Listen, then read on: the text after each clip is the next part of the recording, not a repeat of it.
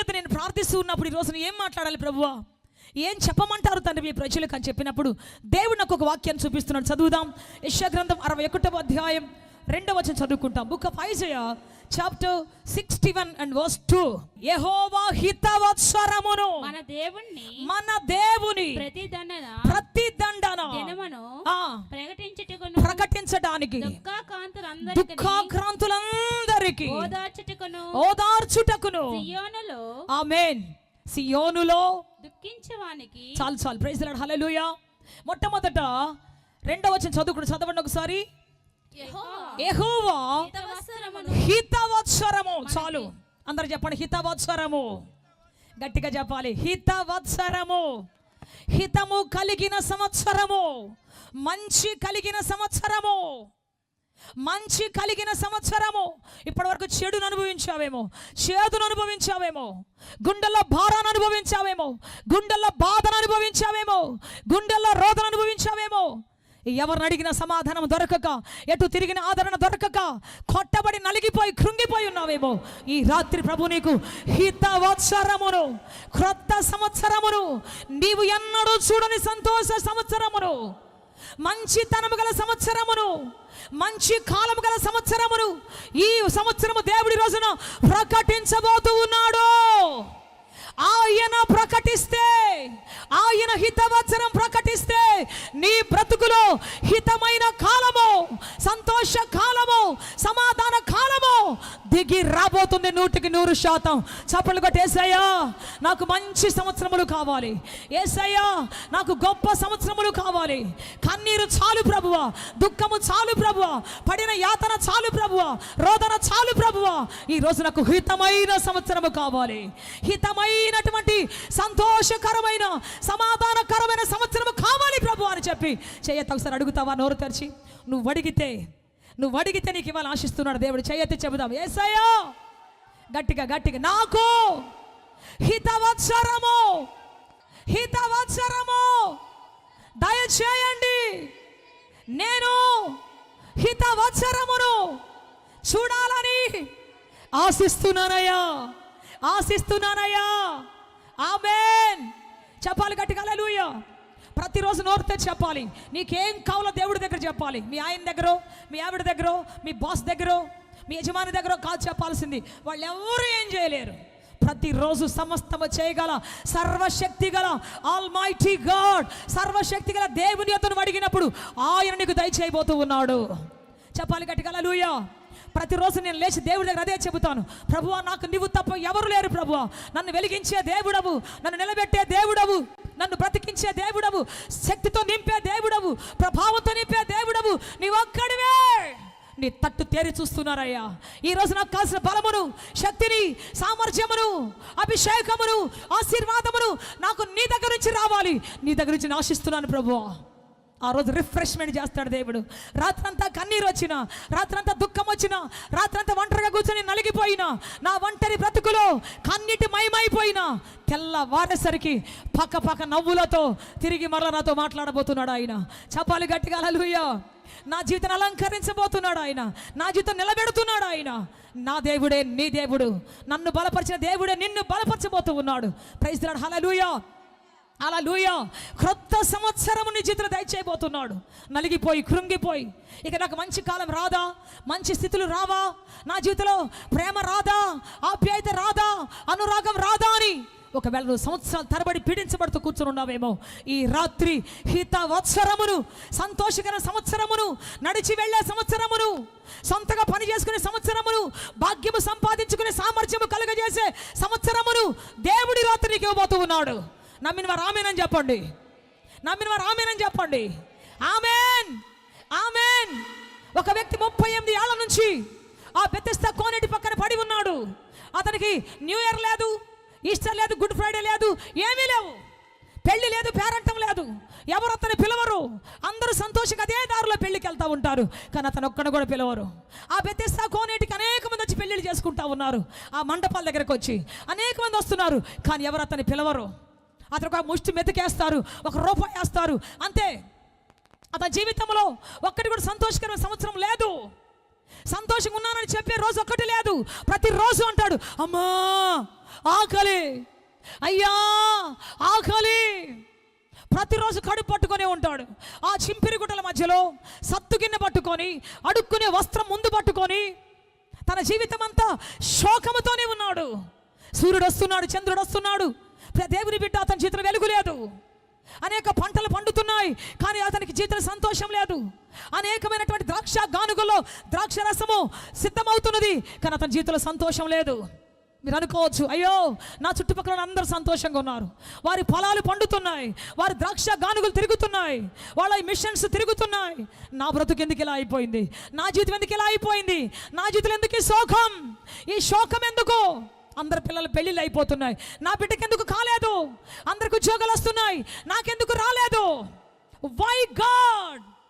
చాలాసార్లు సంవత్సరాలు తరబడి నలిగిపోయి ఏం చదువుతున్నావురా అంటే, ఏం చేస్తున్నారంటే చెప్పలేక, ఎక్కడున్నామంటే చెప్పలేక, ఒకవేళ దిగులుతో బాధతో ఇన్ని సంవత్సరాలు మౌనంగా కూర్చుని ఉన్నావేమో, ఈ రాత్రి దేవుడు ఆశీర్వాదపు తలుపును తెరచి నీ సీజన్ మార్చబోతూ ఉన్నాడు. హితమైన సంవత్సరం దయచేయబోతూ ఉన్నాడు, సంతోషకర సంవత్సరం దయచేయబోతూ ఉన్నాడు. నా మీరు చెప్పలు కొట్టి అవునేసయ్యా, చెప్పాలి గట్టిగా అవునేసయ్యా, అవును ఆమె చెబుతున్నప్పుడే ఆకాశపు తలుపులు తెరవబడబోతూ ఉన్నాయి. నువ్వు మౌనంగా కూర్చుంటే ఏమీ జరగదు, నువ్వు మౌనంగా కూర్చుంటే ఏం చూడలేవు, 100 కూటాలకు వెళ్ళినా ఏం చూడలేవు. ఈ రాత్రి నోరు తెరిస్తే ఈ రాత్రే మిరాకిల్, అద్భుతం సంభవించబోతున్న నీ జీవితంలో. ఆమేన్, హల్లెలూయా. నీ సేవను అప్సైడ్ డౌన్ చేయబోతున్నాడు దేవుడు, నీ చరిత్రను అప్సైడ్ డౌన్ చేయబోతున్నాడు దేవుడు. అందుకని ఈ రాత్రి దేవుని బిడ్డ ఎక్కడున్నా, ఎవరైనా ఏ స్థితిలో ఉన్నా, ఎంత లోతులో దిగబడిపోయినా, ఎంత అగాధంలో కూరుకొని పోయినా, ఎటువంటి పరిస్థితిలో కూరుకొని పోయినా, ఈ రాత్రే విడుదల రాత్రి. ఆమేన్, ఆమేన్. ఆశీర్వాదపు రాత్రి. ఆమేన్, ఆమేన్. స్వస్థత రాత్రి. ఆమేన్. ఈ రాత్రి దేవుడి స్థితిని మార్చబోతున్నాడు, నీ పరిస్థితులు మార్చబోతున్నాడు, గొప్ప కార్యం చేయబోతూ ఉన్నాడు. ప్రైజ్ లార్డ్, హల్లెలూయా. అతను అక్కడే కూర్చొని ఉన్నాడు, అందరూ చూస్తున్నారు. రే నీ కర్మరా అంటున్నారు, నీ కర్మరా అంటున్నారు. దేవుని బిడ్డ అతను అలాగే పడిపోయి ఉన్నాడు. ఇది నా కర్మ, నా కర్మ, నా కోసం ఎవరు రావట్లేదు. ఎంతోమంది తలంత బలగం ఉన్నారు, తలకబోసే దిక్కులేరు, నా కోసం ఎవరు రావటం లేదు. దిగులు పడి ఎదురు చూసి విసిగి వేసారిపోయి ఒంటరిగా దిక్కులేనివాడిగా కూర్చుండిపోయాడు. దేవుని బిడ్డ అప్పుడు యేసు వచ్చి ఒకే ఒక్క మాట మాట్లాడాడు, స్వస్థపడ కోరుతున్నావా? ఆమేన్. ఈరోజు దేవుడు అడుగుతున్నాడు, ఆశీర్వదించబడాలని కోరుకుంటున్నావా? సమాధానం కావాలని కోరుకుంటున్నావా? ఆదరణ కావాలని కోరుకుంటున్నావా? ప్రమోషన్ కావాలని కోరుకుంటున్నావా? నీ కోరిక చొప్పున, నీ ఆశ చొప్పున, నీ హృదయ ఆకాంక్ష చొప్పున ఈ రాత్రి దేవుడు నీ నోటి మాటను బట్టి నువ్వు దీవించబోతూ ఉన్నాడు. ఆమేన్, హల్లెలూయా. నాకు కావాలి ఆశీర్వాదం, గొప్ప ఆశీర్వాదం కావాలి, ఊహించని ఆశీర్వాదం కావాలి. ఆమేన్, హల్లెలూయా. సంవత్సరాల తరబడి ఒకే చోట్లో ఎదుగు బతుకులు అక్కడ కూర్చుని ఉన్నావేమో, సంవత్సరాల తరబడి ఎదుగు బతుకు లేకుండా నీ బ్రతుకులో మిగిలిపోయావేమో. ఈ రాత్రి యేసు నీ యొద్దకు రాబోతున్నాడు. నువ్వు ఆయన దగ్గరికి పోలేని పరిస్థితుల మధ్యలో, ఆయన దగ్గరికి వెళ్ళలేని పరిస్థితుల మధ్యలో ఆయనే దిగి రాబోతున్నాడు నీ యొద్దకు. నడుచుకుంటూ ఈ మైదానం అంతా యేసు సంచరిస్తూ ఉన్నాడు, పరిశుద్ధాత్మ సంచరిస్తూ ఉన్నది. ఈ ప్రాంతం అంతా దేవుని వస్త్రపు చెంగు అల్లల్లాడబోతూ ఉన్నది. చప్పట్లు కొట్టి యేసయ్యా, యేసయ్యా, స్వస్థపరిచే వస్త్రపు చెంగు అల్లల్లాడాలి నా జీవితంలో, స్వస్థపరిచే వస్త్రపు చెంగు అల్లల్లాడాలి నా జీవితంలో. Praise the Lord, hallelujah, hallelujah. So దేవుని బిడ్డ, మరి దేవుడు అతను లేపాడు. అంతేకాదు సంవత్సరాల తరబడి రోధిస్తున్నటువంటి హన్నా దేవుని ఆలయంలోకి వచ్చి ఒక రోజున కన్నీటితో ప్రార్థన చేస్తూ ఉంది, అయ్యా నా కడుపులో ఒక మగబిడ్డ కావాలయ్యా, వాడు నీ యాజకుడు కావాలయ్యా. ప్రార్థన చేస్తూ ఉన్నది. దేవుడు ఆకాశపు తలుపులు తెరిచాడు. ఆమె ఆర్తనాదం విన్నాడు, ఆమె కన్నీటి దారాలను చూశాడు, హృదయంలోని వ్యాకులము చూశాడు, హృదయాన్ని కృమ్మరించి ప్రార్థన చేస్తున్నటువంటి ఆ తల్లి కన్నీటిని చూశాడు.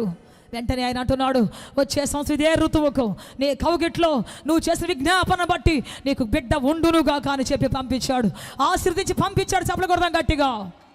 ఈరోజు నువ్వు చేయబోతున్న ప్రార్థన నీ గొడ్రాలి గర్భాన్ని తెరవబోతూ ఉన్నది. నువ్వు చేస్తున్న ఆరాధన, చెబుతున్నటువంటి ఆమేన్, హల్లెలూయా, నీ దారిద్ర్యపు తలుపులు మూయబోతూ ఉన్నది, నీ శపితమైన తలుపులు మూయబోతూ ఉన్నది, ఆశీర్వాదపు కోణాలు తెరవబోతూ ఉన్నది. చెప్పాలి గట్టిగా హల్లెలూయా. హల్లెలూయా. సీమోను పేతురు సంవత్సరాల తరబడి ఆ యొక్క సముద్ర తీరములో, గెన్నేసరెతు సరస్సు తీరములో సంవత్సరాల తరబడి చేపలు పడుతూ ఉన్నాడు. ఒక్క రోజు కూడా అతని జీవితంలో ఆశీర్వాదం లేదు, ఎదుగు బతుకు లేదు. ప్రయాసపడుతున్నాడు, కష్టపడుతున్నాడు, రాత్రంతా వెళ్ళి వల వేస్తున్నాడు, కానీ ఒక్క చేప కూడా లేదు. కానీ యేసు ఆ దోణిలోకి ఎక్కిన వెంటనే, లోతుకు వెళ్ళమని చెప్పిన వెంటనే, డైరెక్షన్ చెప్పిన వెంటనే సీమోను యొక్క దోణె రెండంతల ఆశీర్వాదంతో నింపబడిపోయింది. చెప్పాలి గట్టిగా, రెండంతల దీవెనతో నింపబడిపోయింది. ఈ రాత్రి కష్టార్జితము అనుభవించలేక కోర్టు చుట్టూ తిరుగుతున్నావేమో, లాయర్ల చుట్టూ తిరుగుతున్నావేమో, ఎంత సంపాదించినా చిల్లు సంచులు వేసినట్టు అయిపోయి డాక్టర్ చుట్టూ తిరుగుతూ మందులు రోగాల చుట్టూ తిరుగుతున్నావేమో, ఈ రాత్రి ఎక్కడ రోగం ఉందో, ఏ స్థితిలో నీవు ఉన్నావో, నీ రోగాన్ని విడిపించే యెహోవా రాఫా దిగి రాబోతూ ఉన్నాడు.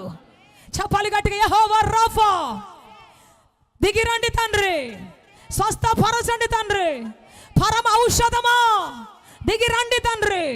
నువ్వు చెప్పినప్పుడు పరమ ఔషధం దిగి రాబోతూ ఉన్నది, అద్భుతం జరగబోతూ ఉన్నది. హల్లెలూయా. బైబిల్ రోజు మీకు ఒక మంచి పట్టణాన్ని గురించి చెప్పాలని ఆశిస్తూ ఉన్నాను.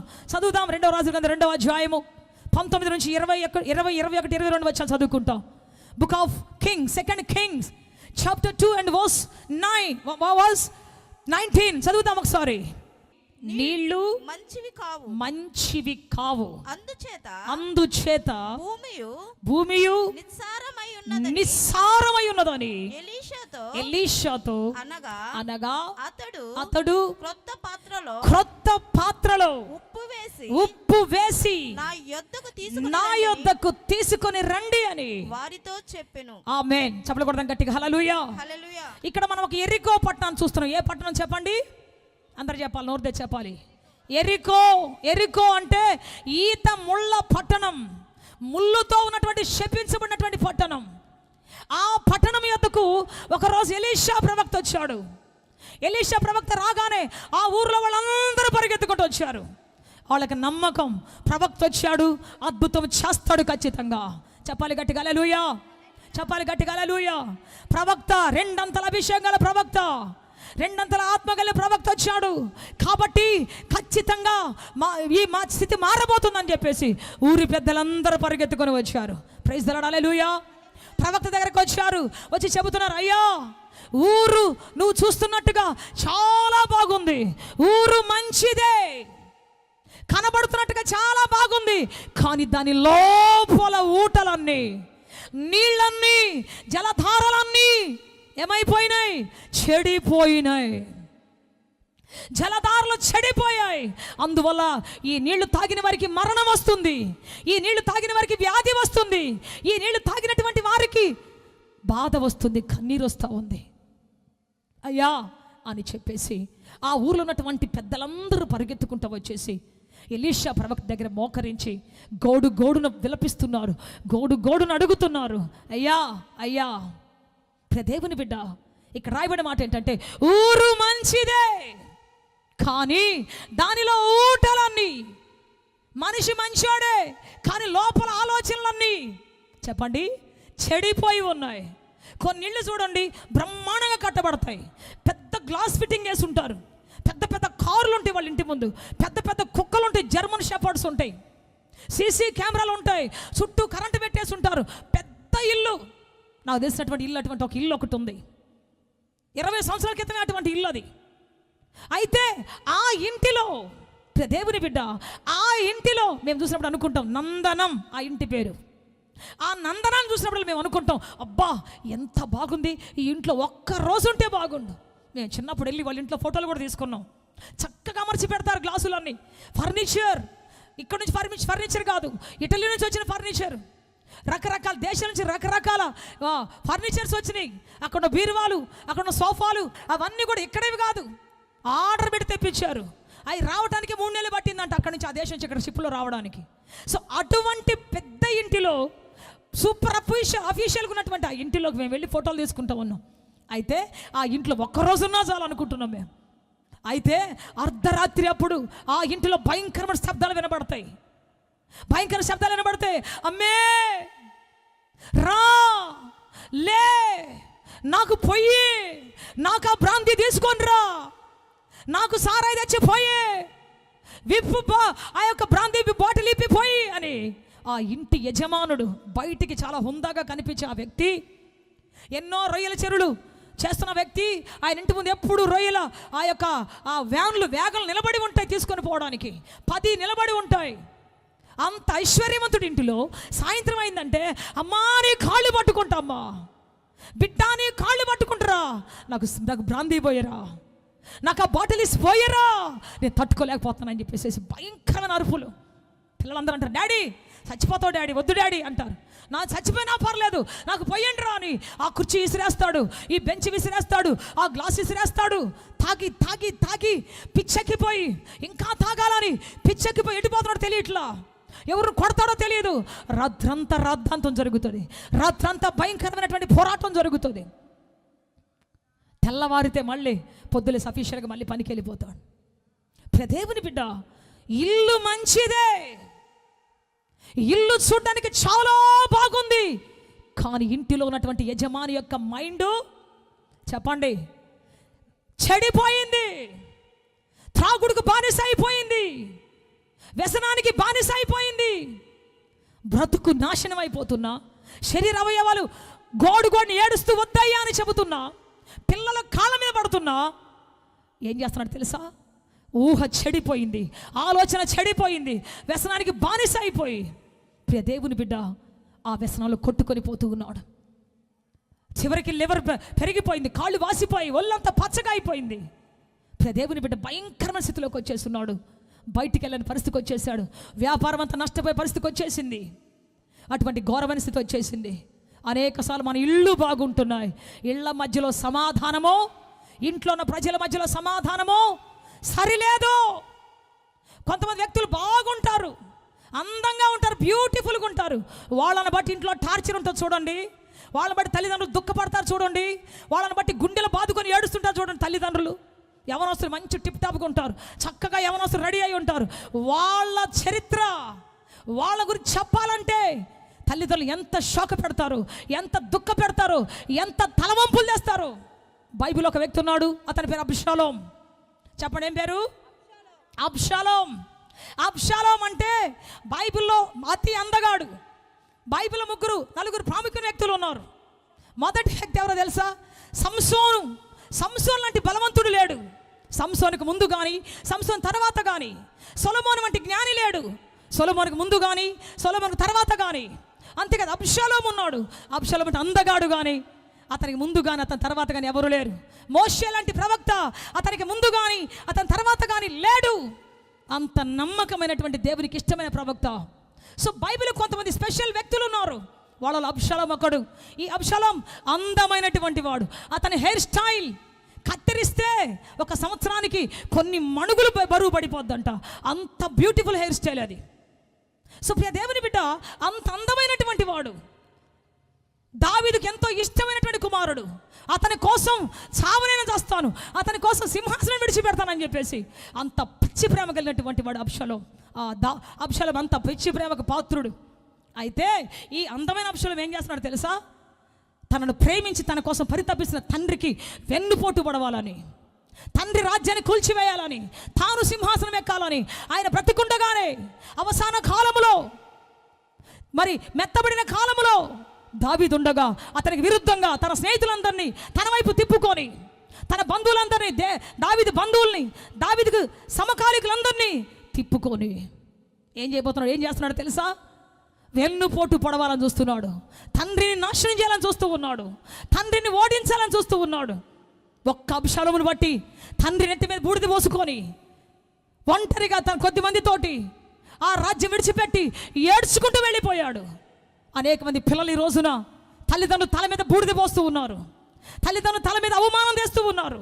యవనస్తులు చక్కగా సౌష్ఠమైన శరీరం వచ్చిన తర్వాత, చక్కగా సౌష్ఠమైనటువంటి ఆకారం వచ్చిన తర్వాత చెప్పండి, ఇష్టం వచ్చిన మార్గాలు ఎన్నుకొని, ఇష్టం వచ్చిన వ్యక్తుల వెంట పరిగెత్తుకుంటూ, ఇష్టం వచ్చినటువంటి వ్యసనాల వెంట పరిగెత్తుకుంటూ, ఇష్టం వచ్చినటువంటి జీవితాన్ని జీవిస్తూ తమ జీవితాన్ని నాశనం చేసుకుంటూ ఉన్నారు.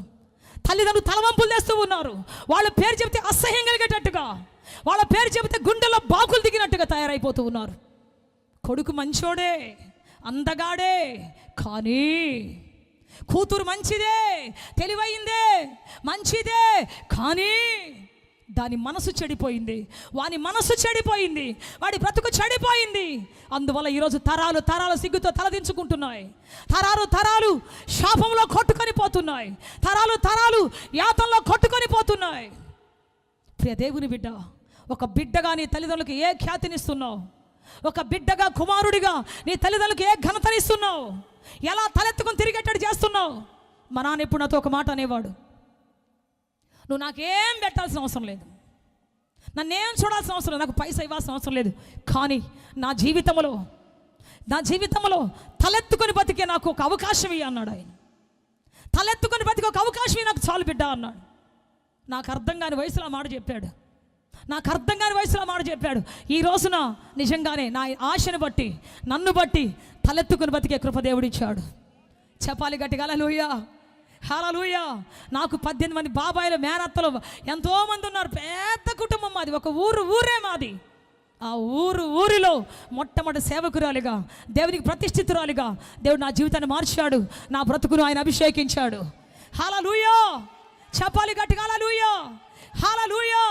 ఒక్కరోజున నేను నిజంగా చెప్తాను, ఒక్కరోజు నా తల్లి నన్ను బట్టి కన్నీరు గార్చలేదు, ఒక్కరోజు నా తండ్రి నన్ను బట్టి తలదించుకోలేదు. ఇదంతా నా గొప్పతనం నేను చెప్పను, కానీ నా దేవుడు నాకు ఇచ్చినటువంటి గొప్ప భాగ్యం అంతే. హల్లెలూయా, చెప్పాలి గట్టిగా, చెప్పాలి గట్టిగా హల్లెలూయా. ఎవరు దేవుని వైపు తిప్పుతారో తన జీవితాన్ని, ఎవరు తన జీవితాన్ని దేవుని చేతిలో పెడతారో వారు చరిత్ర కలవారవుతారు. నగరంకై చెక్కబడినటువంటి చరిత్రను కట్టే మూల స్తంభాలుగా మార్చబడతారు. ప్రైజ్ ది లార్డ్, హల్లెలూయా. అందరు బతికినట్టు ఎందుకు బతకాలి నువ్వు? అందరికున్నట్టు నీకు బాయ్ ఫ్రెండ్ ఎందుకు ఉండాలి? అందరికున్నట్టు నీకు గర్ల్ ఫ్రెండ్ ఎందుకు ఉండాలి? అర్ధరాత్రులు ఎందుకు నువ్వు ఫోన్లు మాట్లాడాలి? తిరుగుకుంటూ ఎందుకు హెడ్సెట్లు పెట్టుకొని రాత్రి మగలు చూసుకుంటూ ఉండాలి? ఎందుకు నీ చీకటి బతుకు? ఎందుకు నీకు చీకటి రహస్యమైన జీవితం? పరిశుద్ధంగా బతకాలని ఎందుకు ఆలోచన రావటం లేదు? ఒక ఎస్తేర్ లాగా బ్రతకాలని, ఒక దెబోరాలాగా బ్రతకాలని, లేదా ఒక శామ్యూయల్ లాగా బ్రతకాలని, ఒక యోసేపు లాగా బ్రతకాలని, దానియేలు లాగా జీవించాలని. Why you are not getting a chance in your life? ఎందుకు నీ ఆలోచన రావట్లేదు? అనేకసార్లు బైబిల్ చదువుతున్నావు కదా, అనేక సార్లు గ్రంథాన్ని విప్పుతున్నావు కదా, అనేకలు చదువుతున్నావు కదా, ఎందుకు నీకు అటువంటి ఆలోచన రావటం లేదు? ఎందుకో ఈరోజు రావాలి, ఆత్మ దాహము రావాలి, పరిశుద్ధతను గుర్చినటువంటి, నీతిని గుర్చిన ఆకలి దప్పికలు రావాలి నీకు. పాపాన్ని గుర్చిన దాహం అనేక మందికి ఉంది, శాపాన్ని గుర్చిన దాహం అనేక మందికి ఉంది, కానీ పరిశుద్ధతను గుర్చిన దాహం ఎంతమందికి ఉంది? నేను ఒక దానియేలుగా బ్రతకాలని ఎంతమందికి ఉంది ఆలోచన? నేను ఒక దెబోరాలాగా ఘనంగా బ్రతకాలని ఎంతమందికి ఉంది ఆలోచన? మిర్యాములాగా లక్షలాది ముందు పాడి ప్రభువును స్తుతించాలని ఎందుకు రాదు ఆలోచన? ఎందుకు రాదు నీ చేతుల ఆశ? ఏమందరిలాగా బతుకుదాంలే, మన ఊర్లో గొప్పోడెవడు ఉన్నాడు? మన పాళ్యాల్లో ఇసుక పాలెం ఉంది. ఇసుక తప్ప ఏముంది మన జీవితంలో? దుమ్ము తప్ప, మట్టి తప్ప ఏముంది మన పాలెంలో? చాలా సార్లు దేవుడు ఎంత ఘనమైన స్వరం ఇచ్చినా, ఎంత ఉన్నతమైన స్థితిలో నిలబెట్టినా ఎక్కడో దాక్కొని కూర్చుంటారు. ఆ స్వరాన్ని పాతి పెడతారు, ఆ తలాంతును పాతి పెడతారు. దేవునికి పనికి రాకుండా ముసలోళ్ళు అయ్యేదాకా అదే స్థితిలో మారిపోతూ ఉన్నారు. చెబుతున్న ఈ రోజున ప్రపంచంలో అతి కిరాతకమైనటువంటి పాపం ఏంటో నీకు తెలుసా? మర్డర్ కాదు, వ్యభిచారం కాదు, దోచుకున్నట్టు కాదు, దొంగతనం కాదు. అత్యంత కిరాతకమైన ఇమ్మీడియట్గా శాపం వచ్చేటువంటి ఒక కిరాతకమైన పాపం ఏంటో తెలుసా? తలాంతును దాచిపెట్టడమే. దేవుడు వ్యభిచారాన్ని క్షమించాడు, దేవుడు దొంగను క్షమించాడు, తనతో పాటు పరలోక రాజ్యం తీసుకొని పోయాడు. వ్యభిచారాన్ని క్షమించి సువార్త పరిచర్య ఇచ్చాడు, సమరస్యను క్షమించి సువార్తికులుగా మార్చాడు. కానీ తలాంతును దాచిపెట్టిన ఒక వ్యక్తిని, తనకు పాట వస్తే పాడకుండా బిర్రుగు తిని పడుకునే ఒక వ్యక్తిని, తనకు పరిచయం చేసేటువంటి ప్రార్థన చేసే శక్తి ఉంటే దాన్ని వాడుకోకుండా పడేసిన వ్యక్తిని దేవుడు క్షమించలేదండి.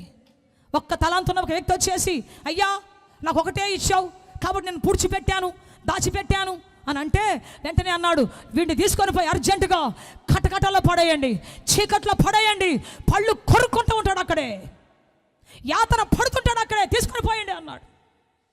తలాంతు మంచిదే, కానీ వాడుకునేటువంటి ఊహ నీలో ఉన్నప్పుడు, వాడుకునేటువంటి ఆ ఊహ నీలో లేనప్పుడు నీ జీవితం చీకటి కాబోతున్నది, నువ్వు శాపాన్ని మోయబోతూ ఉన్నావు.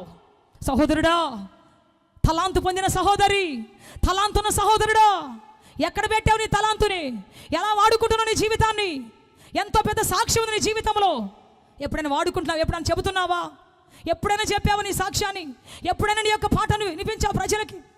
ఎప్పుడైనా ఒక రోజుల్లో ప్రాక్టీస్ చేసి, తండ్రి నేను పాడబోతున్నాను, నా స్వరాన్ని ముట్టయ్యా, నన్ను శక్తితో వాడుకోయ్యా అని ఎప్పుడైనా నీ గొంతు మీద చేయబెట్టి ప్రార్థన చేసుకొని రెడీ సిద్ధపడ్డావా?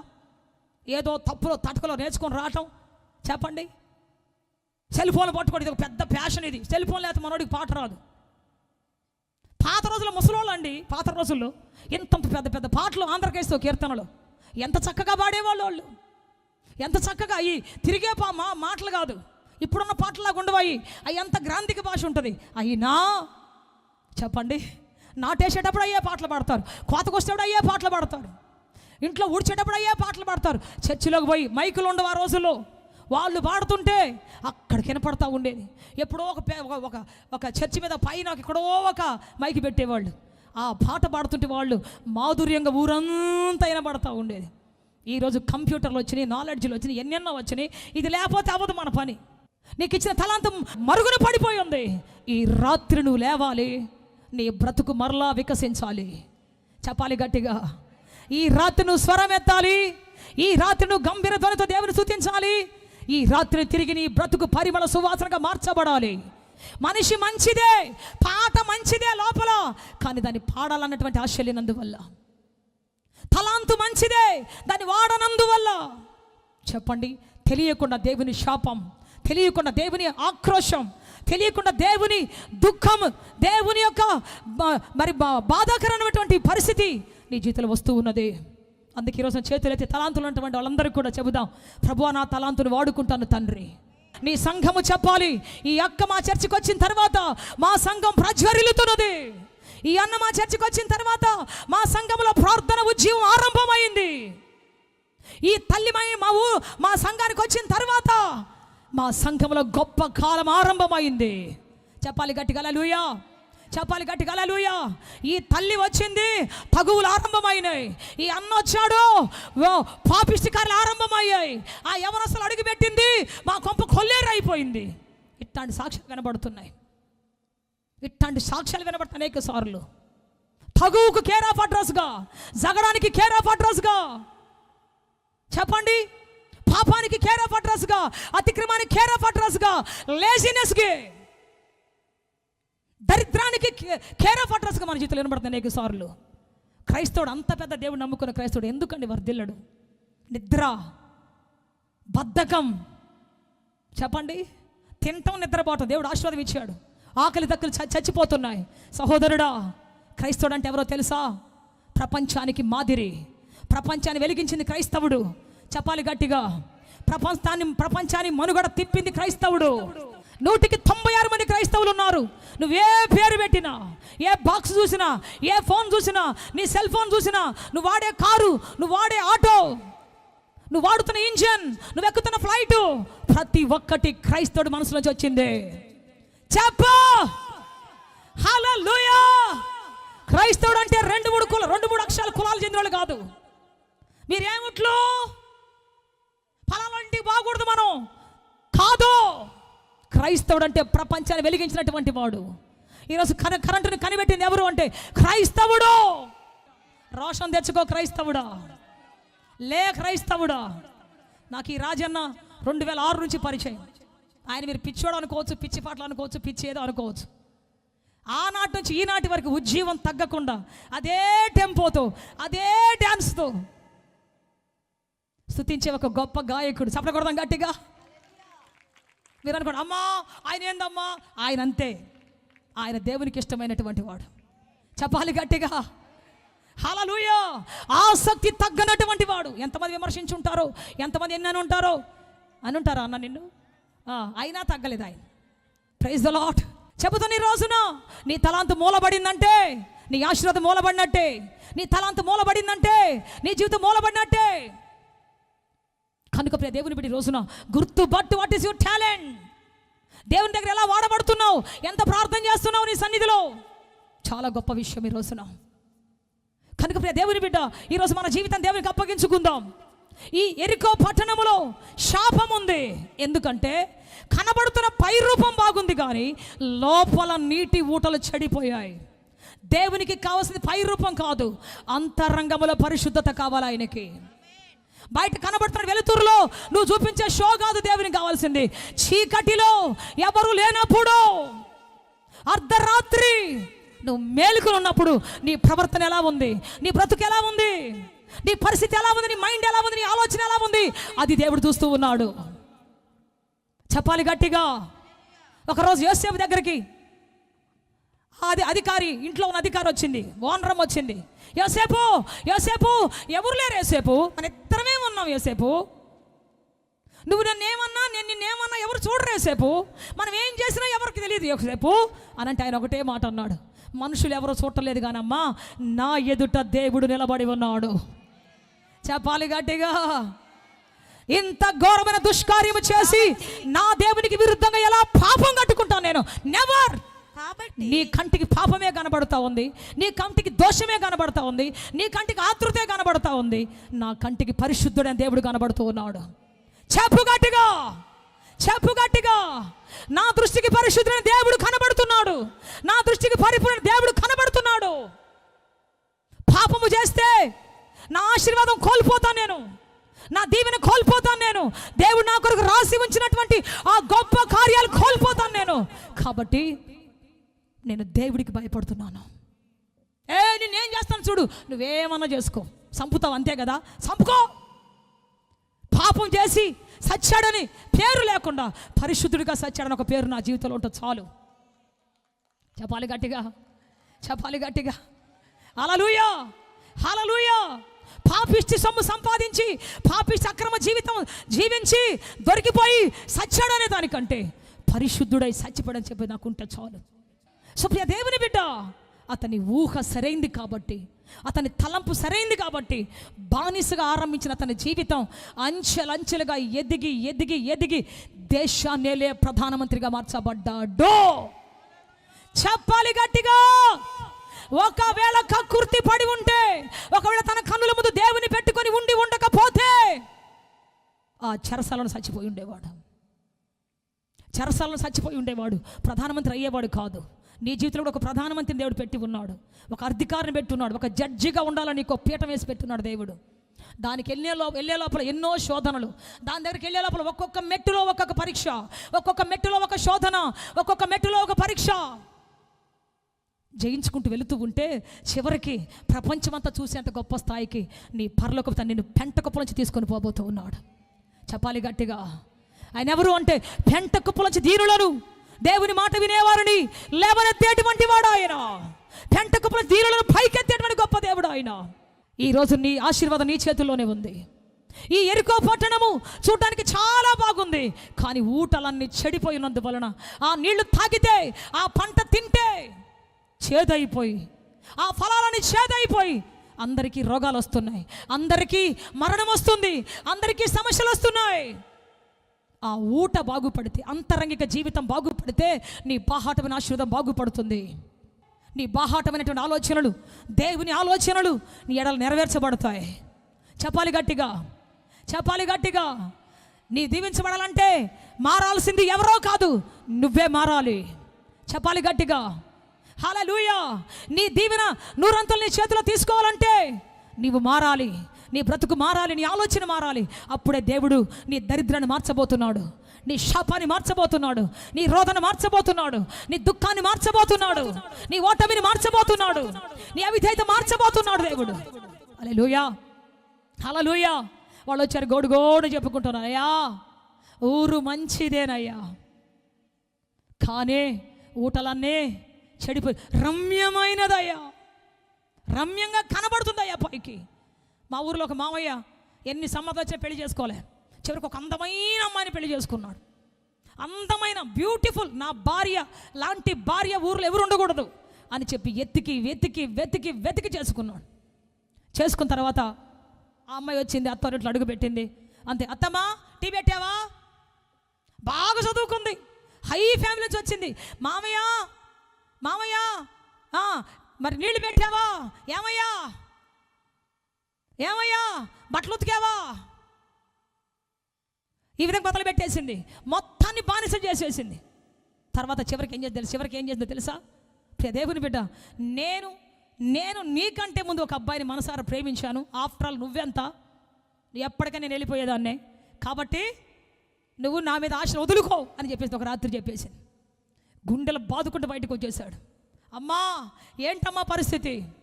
లక్షల రూపాయలు పెట్టి ఆ ఊర్లో ఎవరికి జరిగినంత బ్రహ్మాండంగా పెళ్లి చేశారు, వైభవంగా పెళ్లి చేశారు.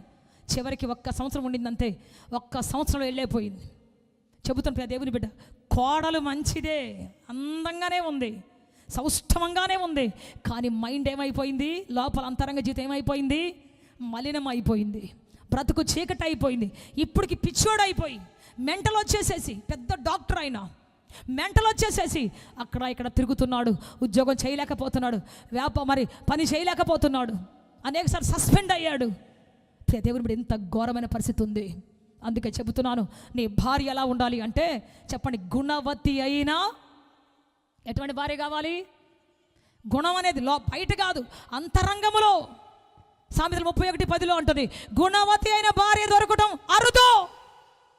ఒకవేళ దొరికిందంటే ముత్యము కంటే అమూల్యమైన. చెప్పాలి గట్టిగా హల్లెలూయా, చెప్పాలి గట్టిగా హల్లెలూయా. నాకు ముత్యము లాంటి భార్య కావాలి తండ్రి, ముత్యము లాంటి భర్త కావాలి తండ్రి. నాకు నా కుటుంబంలో మోకరించి ప్రార్థన చేసే భార్య కావాలి, మోకరించి ప్రార్థన చేసి దేవుని కోసం వైరాగ్యాల భర్త కావాలి, నాకు భార్య కావాలి. నాకు అడుగుతారా? అమ్మాయి బాగుంటుందా? డబ్బు ఎంత? ఒరే పెళ్లి చేసుకోరా, 30 సంవత్సరాల వయసు వచ్చిందంటే వాడు అంటాడు చేసుకుంటాక ఒక్కటే కూతురై ఉండాలి, ఆస్తి బాగా సంపాదించి ఉండాలి, అమ్మా నాన్న ఎంప్లాయీస్ అయి ఉండాలి, వెనకాల బాగా కూడబెట్టి ఉండాలి. అప్పుడు నేనన్న నిజంగానే ఉన్నారు, అట్లాంటి వాళ్ళు ఉన్నారు. కాకపోతే జీవితాంతం నువ్వు కాళ్ళు పట్టుకొని బానిసలాగా కుక్కలాగా పడి ఉండాలి. అక్కడ నీకంటూ సొంత నిర్ణయాలు తీసుకోవడానికి అవకాశం లేదు, సొంతంగా పోవడానికి అవకాశం లేదు. చెప్పిన చోట కూర్చోవాలి, చెప్పిన పని చేయాలి. చెప్పండి, ఇది నీ బానిసత్వం. ఓకేనా? ఎంతమందిని చూసాను నా జీవితంలో. అందుకని చెబుతాను, ఈ రోజున గుణవతి అనే భార్య కావాలి ప్రభు, నా కుటుంబాన్ని, నా చరిత్రను కట్టడానికి. చెప్పాలి గట్టిగా, చెప్పాలి గట్టిగా. నా కుటుంబాన్ని కట్టడానికి గుణవంతుడైనటువంటి, మోకరించి ఆరాధించి స్తుతించే భర్త నాకు కావాలి. ప్రార్థన చేసి చూడు, నీ కుటుంబ చరిత్ర మారబోతూ ఉన్నది, అద్భుతం జరగబోతూ ఉన్నది. చెప్పాలి గట్టిగా, ఆశ్చర్యకరం జరగబోతూ ఉన్నది. ఆమేన్. అనవసరం గొంతెమ్మ గొర్రెలు పరిగెత్తావంటే జీవితాంతం కుమిలిపోతావు, జీవితాంతం ఓడిపోతావు, జీవితాంతం తల దించుకొని బ్రతుకుతావు. అందుకే ఈ రోజున మంచి ప్రార్థన చేయాలి జీవితంలో. నీకు మంచి ఊహ రావాలి, మంచి ఆలోచన ఉండాలి. ఊహ చెడిపోయిందా, నీ ఊటంతా చెడిపోబోతూ ఉన్నది, నీ బ్రతుకంతా రోగంతో ఉండబోతున్నావు, నీ బ్రతుకంతా శాపాలతో ఉండబోతున్నావు. అందుకే దేవుని బిడ్డ, నీ బ్రతుకంతా దేవుని కృపతో ఉండాలి, దేవుని మహిమతో కట్టబడాలి. చప్పులు కూడా బిగ్గరగా దాన్ని మాయంపరుస్తావు.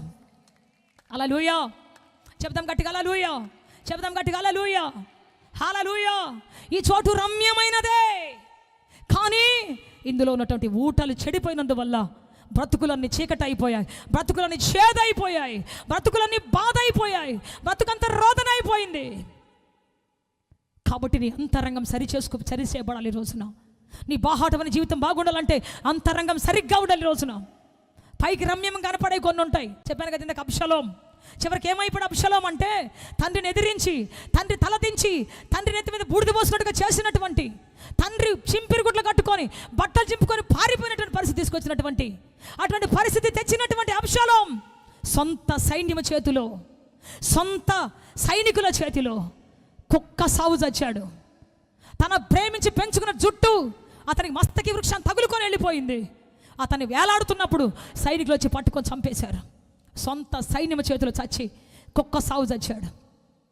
దేవుని బిడ్డ, ఈ రోజున మనం అనుకుంటున్నాం రమ్యంగా ఉన్నాం, అందంగా ఉన్నాం, నా జుట్టు ఇంత పెద్దది, నా హెయిర్ స్టైల్ ఇంత బాగుంది. ఈ రోజులో రకరకాల హెయిర్ స్టైల్స్ వచ్చినాయి కదా, రకరకాల హెయిర్ స్టైల్స్. పిచ్చుగుళ్ళు ఏడో ఉండవు, నెత్తిమీదే ఉంటాయి. గచ్చ పొదలు, ముళ్ళ పొదలు అరణ్యాల్లో ఉంటాయి. ఇప్పుడు తలకాయల్లోకి వచ్చేసి మొత్తం ఎర్రవలసిన తలకాయ మొత్తం గచ్చ పొదలే ఉంటాయి. ఒకడు పైనాపిల్ కటింగ్ చేస్తాడు, ఇంకోటి వచ్చేసేసి చుట్టూ అంతా గోకేసి మొత్తం మీద మూత బోర్లు ఇచ్చాడుగా, కళాయి బోర్లు ఇచ్చాడుగా పెట్టేస్తాడు. ఆడపిల్లలు చూస్తే వాళ్ళ గురించి చెప్పనవసరం, కింద నుంచి మీద దాకా చిరిగిపోయిన బట్టలు వేసుకొని చిందులు వేసుకుంటా ఖడ్బన్నీలతోనండి, ఘోరం ఖడ్బన్నీలతో భయంకరం బయటకు వచ్చి విచ్చడుగా తిరగటం మొదలు పెడుతున్నారు. శరీరము దేహము దేవుని ఆలయం, కప్పుకోసినట్టు కప్పుకోకుండా, దాచుకోసినట్టు దాచుకోకుండా ఈ లోకానికి ఎర్రేసి ప్రపంచాన్ని పాడు చేస్తూ పాపిష్టమయం చేస్తూ ఉన్నాయి, జీవితాన్ని నాశనం చేస్తూ ఉన్నాయి. నేను చెబుతాను, యవనస్తుడా, నీ ద్వారా 100 మంది దేవుని సందికి వచ్చేటట్టుగా నీ యొక్క స్టైల్ ఉండాలి, నీ వచ్చర్స్ ఉండాలి. యవనస్తురాలా, నిన్ను చూసినప్పుడు చేతులు దండం పెట్టేటట్టుగా నీ వచ్చర్స్ ఉండాలి. ఒకసారి నేను మా పాస్టర్ దగ్గరికి వెళ్ళి చెప్పా, అన్నా పలానా అబ్బాయి ఈరోజు నన్ను బస్సులో కామెంట్ చేశాడన్నా, రాన్నా మాట్లాడదు కానీ రాన్నా, ఒకసారి మన వాళ్ళందరూ పంపి అన్న, వాడి మక్కిలి రగొట్టాలన్నా రాన్నా అని చెప్పేసి అంటే, వెంటనే ఆయన నన్ను కింద మీద చూసి అన్నాడు, నీ అవతారం చూస్తే యవనస్తుడు కాదు, చచ్చిపోయి ముసలోడు కూడా కామెంట్ చేస్తాడు నిన్ను అన్నాడు. ప్రసన్నమ్మా అని చేతులైతే దండం పెట్టేటట్టు ఉండాలి. ఏంటి అవతారం ఏంటి, ఏంటి ఆ పరిస్థితి ఏంటి? మారాల్సింది వాడు కాదు, నువ్వు మారు అన్నాడు. కొట్టాల్సింది వాడిని కాదు, నిన్ను, నీలో ప్రేరేపిస్తున్న సాతాను శక్తులు కొట్టాలే. నిజంగా ఇప్పుడు నన్ను చూసిన వాళ్ళందరూ కూడా, sister praise the Lord, Prasannamma, తెలియకుండానే దేవుడికి దండం పెట్టి ఆ చేతుల్ని నాకు దండం పెట్టడం మొదలుపెట్టాయి. నా బ్రతుకులకు అద్భుతాన్ని ప్రభు చేశాడు. చెప్పాలి గట్టిగా హల్లెలూయా, హల్లెలూయా. దేవుని ముందు స్థిరంగా నిలబడినప్పుడు, నీ బ్రతుకును స్థిరంగా నిలబెట్టుకున్నప్పుడు నిన్ను కామెంట్ చేయడానికి కూడా ఎవరికి ధైర్యం ఉండదు. హల్లెలూయా. నేను కుసుమార్జవాడే ప్రాంతంలో సేవ చేస్తున్నాను. రౌడీ షీటలతో నింపబడిపోయిన ప్రాంతం, రాత్రంతా కూర్చొని తాగే ప్రాంతం, రాత్రంతా యవనస్తులు పాడు చేసుకున్న బ్రతుకులు పాడు చేసుకున్న ప్రాంతం. ఈ గుండెల మీద బైబిల్ పెట్టుకుని వెళ్ళాను నేను. రాత్రి 12 గంటలకు అక్కడ ఆరాధన చేసి బయలుదేరి మరి నరుకూరులో సేవ చేశాను నేను 4 సంవత్సరాలు. 4 సంవత్సరాలు గుండెల మీద బైబిల్ పెట్టుకుని వచ్చేదాన్ని. అట్టునే ఒక్కరన్నా ఇంతవరకు కామెంట్ చేసిన వాళ్ళు లేరు. ఒకవేళ కామెంట్ చేస్తే హల్లెలూయా అని కామెంట్ చేస్తారు. Praise the Lord. హల్లెలూయా వచ్చిందిరా, ఏమి నిద్రపోనిదిరా మమ్మల్ని. ఇదే టీపీ గూడూరు ప్రాంతంలో పోలీస్ స్టేషన్లో కేసు పెట్టారు నా మీద. ఈ అమ్మాయి పొద్దున్నే ప్రార్థన చేసి మమ్మల్ని డిస్టర్బ్ చేస్తాను, నిద్ర లేకుండా చేస్తాను. ఎస్ఐ గారు వచ్చాడు, నేను ప్రార్థన చేసుకుంటున్నప్పుడు వచ్చాడు. అమ్మో ఎవరైనా పాస్టరమ్మా బయటికి రా అన్నాడు. అంటే నేను వచ్చాను. సార్ ఎవరు సార్ అన్న. పాస్టర్ని పిలువమ్మా. ఏది నువ్వు వస్తున్నావు అన్నాడు. అయ్యా నేనే పాస్టర్మ. నువ్వా? తిప్పి కొడితే 20 సంవత్సరాలు లేవు, నువ్వు పాస్టర్మ ఏంటో అన్నాడు. నేనేనయ్యా పాస్టర్మ. సరే ఏంటి చుట్టుపక్కల అందరూ నిద్ర లేకుండా చేస్తున్నావు అంటే ఏం కథ అన్నాడు. నాకు నవ్వు వచ్చేసింది. 3 సార్లు పోలీస్ స్టేషన్ నా పక్షాన అందరూ వచ్చి మాట్లాడారు. ప్రైజ్ ది లార్డ్, హల్లెలూయా. చెప్పాలి గట్టిగా, నీ స్వరము తప్పిపోయినటువంటి వారిని తిరిగి లేవనెత్తాలి. నీ స్వరము కృంగిపోయినటువంటి లేవనెత్తగలిగేటువంటి పరిస్థితిలో ఉండాలి. చెప్పాలి గట్టిగా, హల్లెలూయా, హల్లెలూయా. ఈ రోజున ఈ స్వరాన్ని గంభీర ధ్వనిగా మార్చి, గంభీర ధ్వనిగా చేసి అనేక బ్రతుకులు కట్టే స్వరముగా దేవుడు మార్చుకున్నాడు, మలచుకున్నాడు, చెక్కుకున్నాడు, నింపుకున్నాడు. చెప్పాలి గట్టిగా, హల్లెలూయా, హల్లెలూయా. అందుకే ప్రియ దేవుని బిడ్డ, నీ ఊటలు సరి అవ్వాలి, రమ్యంగా ఉండటం కాదు. మరి మనం ఆదికాండలో చూస్తే, ఆది దంపతుల దగ్గర ఆదికాండం 3వ అధ్యాయంలో 4-5 వచ్చిన మనం చూస్తే అక్కడ రాయబడిన మాట ఏంటంటే, ఆ చెట్టు ఫలమట చూడ్డానికి వివేకమిచ్చు రమ్యంగా ఉందంట, సౌందర్యంగా ఉందంట. అక్కడ ఏం చెబుతుందంటే, నీవు దీనిని తిన దినమునే మీరు సావరు, మీరు దేవదూతలాగా అయిపోతారని చెప్తాం. అడ్వర్టైజ్మెంట్లు వస్తున్నాయి. కొంచెం నూనె తీసుకొని రాయంగానే ఇంత పెద్ద జుట్టు వచ్చేస్తుంది, ఇంత క్రీమ్ తీసుకొని రాయంగానే తెల్లగా అయిపోతుంది, మరి నలుపంతా రాలిపోతావు. చెప్పండి, ఇదిగో ఈ బొమ్మ పెట్టుకొని గల్లాపెట్టులో నీ వ్యాపారం అభివృద్ధి చెందుద్ది, ఒక్క రోజులో లచ్చ పడతాయి నీకు.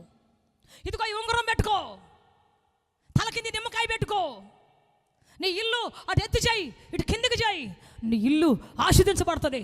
నీ పేరులో ఒక స్పెల్లింగ్ లెటర్ మార్చు, నీ పేరు ప్రపంచంలో గొప్పదైపోద్ది. సాతాను ఇచ్చే అడ్వర్టైజ్మెంట్లు ఈరోజు ఆనాడు ఆది దంపతులకు ఇచ్చింది. మీరు తిన్న దినముననే దేవదూతలు అయిపోతారు. దేవదూతలు అయిపోతారండి తిన్న దినంగానే. మనిషి అవతారం మారిపోయి దేవదూత వచ్చేస్తుందా? రాదు, రాదు, రాదు, రాదు. నువ్వు క్రమంగా ప్రాసెస్ ఉంటుంది, క్రమంగా ఎదగాలి. నువ్వు ఒక్కొక్క స్టెప్ ఎదగాలి. ఒకేసారి సేవకుడు అయిపోవు, ఒకేసారి డాన్సర్ అయిపోవు, ఒకేసారి వ్యాపారవేత్త అయిపోవు. పడి లేచి కొట్టబడి అప్పుడు అవుతావు ఒక రోజున దేవుడిని నిలబెడతాడు, పర్ఫెక్ట్ మినిస్టర్గా నిలబెడతాడు దేవుడు. చెప్పాలి గట్టిగా పర్ఫెక్ట్ సింగర్గా నిలబెడతాడు దేవుడు ఒక రోజున. Praise the Lord. నలిగి జీవితంలో ఉన్నప్పుడు లేపుతాడు దేవుడు ఒక రోజున నిన్ను. Praise the Lord. చెప్పాలి గట్టిగా హల్లెలూయా. ఒక్క రోజులో నేను బిల్లి గ్రహం అవ్వాలంటే అవ్వలేను, ఒక్క రోజులో హ్యారీ గోమ్స్ అవ్వాలంటే నేను అవ్వలేను. నా తండ్రిలాగా నేను ఎన్నో గాయాలు దాటాలి, ఎన్నో పరిస్థితులు దాటాలి, ఎన్నో దాటాలి. ఆయన దాటిన లోయలు నేను దాటాలి, ఆయన పొందిన అవమానం నేను పొందాలి, ఆయన పొందిన దుఃఖాలు నేను పొందాలి. అప్పుడు నేను గొప్ప వ్యక్తిని అవుతాను. Praise the Lord. హల్లెలూయా. కాబట్టి దేవుని బిడ్డ, మన జీవితంలో దేవుడు గొప్ప వాటిని నియమించి ఉంచాడు. వాటిని పొందాలంటే ఈ అనవసరం అడ్వర్టైజ్మెంట్లు, దేవుడు చెప్పింది కాకుండా, దేవుడు ఏం చెప్పాడు? అన్నీ తినండి, మధ్యలో ఉంది మాత్రం తినబాకండి అన్నాడు. తింటే చచ్చిపోతారు అన్నాడు. సాతాను ఏం చెప్తుంది? అదే తిను, అదే తాగో. మనిషి జీవితానికి అనేకమైన ఆశలు చూపించి, అనేకమైన అడ్వర్టైజ్మెంట్లు ఇచ్చి బ్రతుకుని నాశనం చేస్తూ ఉన్నది ఈ రోజున. ఫలానా బ్రాండ్ ఉన్నటువంటి ఆఫీసర్స్ చాయిస్ అనేటువంటిది తాగితే, క్రికెటర్లు ఈ రోజున మనం హీరోలుగా చెప్పుకున్నటువంటి క్రికెటర్లు, హీరోలుగా పూజిస్తున్నటువంటి సినిమా హీరోలు, వాళ్ళు పాను పరాగు తిని నవిలి అడ్వర్టైజ్మెంట్ వస్తుంటారు. ఇదిగో దీన్ని పలుకులో చినుకులో అబ్బా ఎంత ఉందో చెప్పండి, దీన్ని తాగితే నేను ఎంత బాగా ఆడగలుగుతున్నా, తాగో. నీ హీరో నిన్ను తాపిస్తున్నాడు, నీ హీరోయిన్ నిన్ను చెప్పండి మభ్య పెట్టిస్తూ ఉంది, బ్రతుకుని నాశనం చేస్తూ ఉంది. నిజమైన హీరో ఎవరో తెలుసా? చెప్పండి. బ్రతుకుని కూల్చేవాడు కాదు, బ్రతుకుని కూలిన బ్రతుకులు లేవనెత్తేవాడు నిజమైన హీరో. చెప్పాలి గట్టిగా హల్లెలూయా.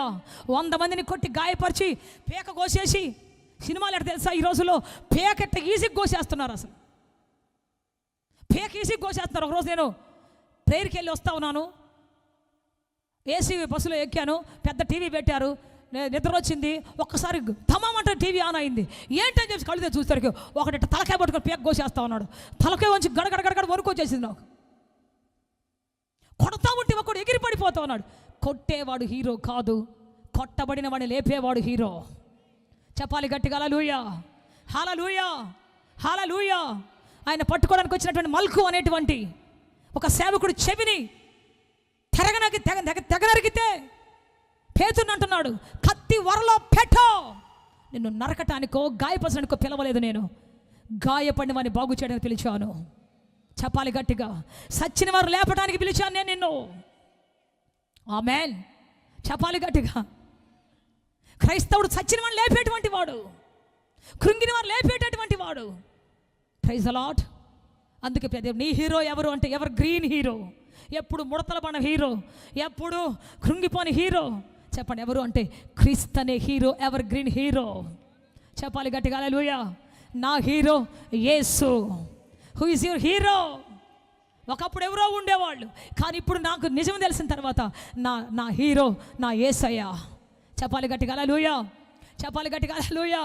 ఎస్ ప్రియ దేవుని బిడ్డ, ఈరోజు అనేకులు హీరోలు అని చెప్పుకుంటూ బ్రతుకులు నాశనం చేస్తూ ఉన్నారు, జీవితాలు పడగొడుతూ ఉన్నారు. కనుక ఈరోజు జాగ్రత్త. నీ ఊటలు బాగుపడాలంటే చదువుదాం ఆ యొక్క 2వ రాజుల గ్రంథం 2వ అధ్యాయం 21వ వచనం. అతడు కొత్త పాత్రలో ఉప్పు వేసి నా యొద్దకు తీసుకుని రండని వారితో చెప్పెను. చెప్పండి కొత్త పాత్ర. చెప్పండి టీపీగూడు మండల ప్రజలారా చెప్పండి క్రొత్త పాత్ర. ఈ రోజులో చాలా పాత్రలు ఉన్నాయి సినిమాలో. చెల్లి పాత్ర, తల్లి పాత్ర, హీరో పాత్ర, హీరోయిన్ పాత్ర. So many roles are there. చాలా పాత్రలు ఉన్నాయి. నీకు కూడా ఒక పాత్ర ఉంది. నువ్వు ఎక్కడో నటిస్తున్నావు. ఎక్కడో మన నటించే పాత్ర ఒకటి ఉంది. ఎక్కడో మన జీవితంలో తెలియకుండా నటించే ఒక నటన జీవితం ఉంది. ఎక్కడున్నావు? నీ పాత్ర మారితే, క్రొత్తదైతే అప్పుడు నీ చరిత్ర కొత్తది కాబోతూ ఉన్నది. చెప్పాలి గట్టిగా హల్లెలూయా. జక్కయ్య పాత్ర ఎటువంటి పాత్ర అంటే తీసుకునే పాత్ర. కట్టు, చెల్లించు, లేకపోతే చెరసాల వేసేస్తాని కఠినంగా వసూలు చేసే ఒక పాత్ర. అందరూ అతను అసహించుకునేవారు. ఒక పాపిష్టి పాత్ర. తెలియకుండా రహస్యంగా అన్యాయంగా వసూలు చేసే పాత్ర, అక్రమంగా డబ్బు సంపాదించే పాత్ర. పైకి మంచి ఉద్యోగే కానీ లోపల అక్రమమైన సంపాదన చేసే అన్యాయపు సొత్తును బీదల దగ్గర, ఎదురించలేని వాళ్ళ దగ్గర, దిక్కులేని వాళ్ళ దగ్గర, ఎదురు మాట్లాడలేని వాళ్ళ దగ్గర పన్నులు వేసి వసూలు చేసేటువంటి పాత్ర తంది. దేవుని బిడ్డ యేసు రాగానే, ఆ పట్టణంలోకి యేసు రాగానే తన ఇంటికి తీసుకొని పోయి అంటున్నాడు, అయ్యా నిన్నటి వరకు నేను తీసుకునే పాత్రను, అన్యాయంగా వసూలు చేసే పాత్రను, కానీ ఈరోజు నా పాత్రను మారుస్తున్నాను, ఇచ్చే పాత్రగా మారుతున్నాను నేను ఈ రోజున. బీదలను గుర్తు చేసుకునే పాత్రగా మారుతున్నాను ఈ రోజున. నా చరిత్ర క్రొత్త పాత్రలకు తెచ్చుకుంటున్నానయ్యా. ఒకప్పుడు నేను లాక్కునేవాడిని, పిసిని కొట్టోండి, ఎంగిలి చేత్తో కూడా కాకిని ఎదిల్చినటువంటి పిసినారోని నేను. కానీ ఇప్పుడు నేను బీదలను గుర్తు చేసుకొని బీదలకు ఇవ్వాలనుకుంటున్నానయ్యా. చెబుదామా గట్టిగా? పాత్ర మారిందా లేదా? చెప్పాలి, పాత్ర మారిందా లేదా?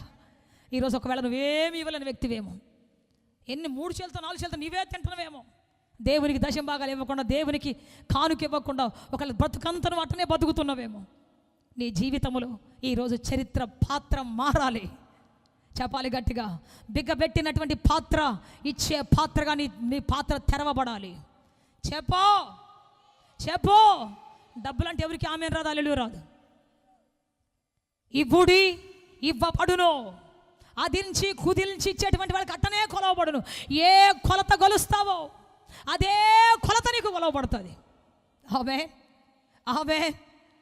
సో తీసుకునే ఒక వ్యక్తి ఇచ్చేవాడిగా పాత్రను మార్చుకున్నాడు.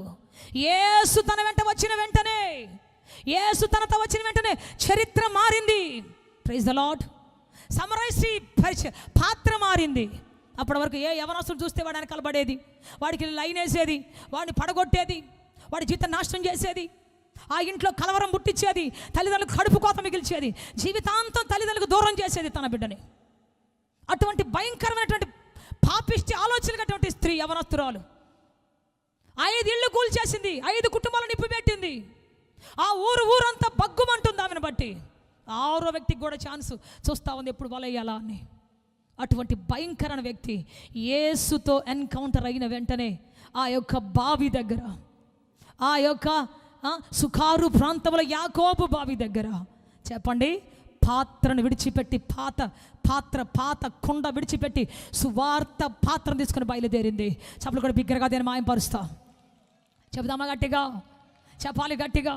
నిన్నటి దాకా మోసం చేసే పాత్ర ఇప్పుడు మోసపోయిన వారిని సువార్త చెప్పి బ్రతికించే పాత్ర. చెప్పాలి గట్టిగా హల్లెలూయా. నిన్నటి వరకు వ్యభిచారముతో నింపబడిన పాత్ర, మోహముతో నింపబడిన పాత్ర, తన స్వప్రయోజనం కోసం అనేకుల బ్రతుకులు నాశనం చేసి యూజ్ అండ్ త్రో లాగా విసిరేసినటువంటి జీవితం ఆమెది. ఈయన దగ్గర దొరకాల్సిన దొరికిన వెంటనే వదిలేసేది, ఇంకో వ్యక్తి దగ్గరికి వెళ్ళేది, వాడి దగ్గర దొరకాల్సిన దొరకబట్టుకునేది, వదిలేసేది. 6వ వ్యక్తి కోసం చూస్తూ ఉంది ఇప్పుడు. కానీ యేసు వచ్చిన వెంటనే క్రొత్త పాత్రగా తన బ్రతుకును మార్చుకున్నది. చెప్పకుండానే ఎళ్ళు సువార్త చెప్పని చెప్పకుండానే బయలుదేరి పరిగెత్తుకుంటూ వెళుతుంది. Praise the Lord, praise the Lord. సువార్త చెప్పడానికి వెళుతూ ఉంది. తన పాత్ర మారింది, తన మాట మారింది, అడుగులు మారాయి, పద్ధతి మారింది, విధానం మారింది, చూపు మారింది, తలంపులు మారాయి. ఆ యొక్క పట్టణానికి శాపాస్పదంగా ఉన్నటువంటి ఆమె పట్టణానికి దీవెనకరంగా మార్చబడింది. కొట్టు చాపట్లు గట్టిగా, చాపట్లు కొట్టు గట్టిగా. హల్లెలూయా, హల్లెలూయా. సువార్త పాత్రగా మార్చబడిపోయింది. ఆ యెరికో పట్టణమంతా, శపించబడిన పట్టణమంతా, ఆ పట్టణమంతా దేవుని మహిమతో నింపబడిపోయింది. అందరూ వచ్చి రక్షించబడ్డారు. ప్రైజ్ ద లార్డ్, హల్లెలూయా.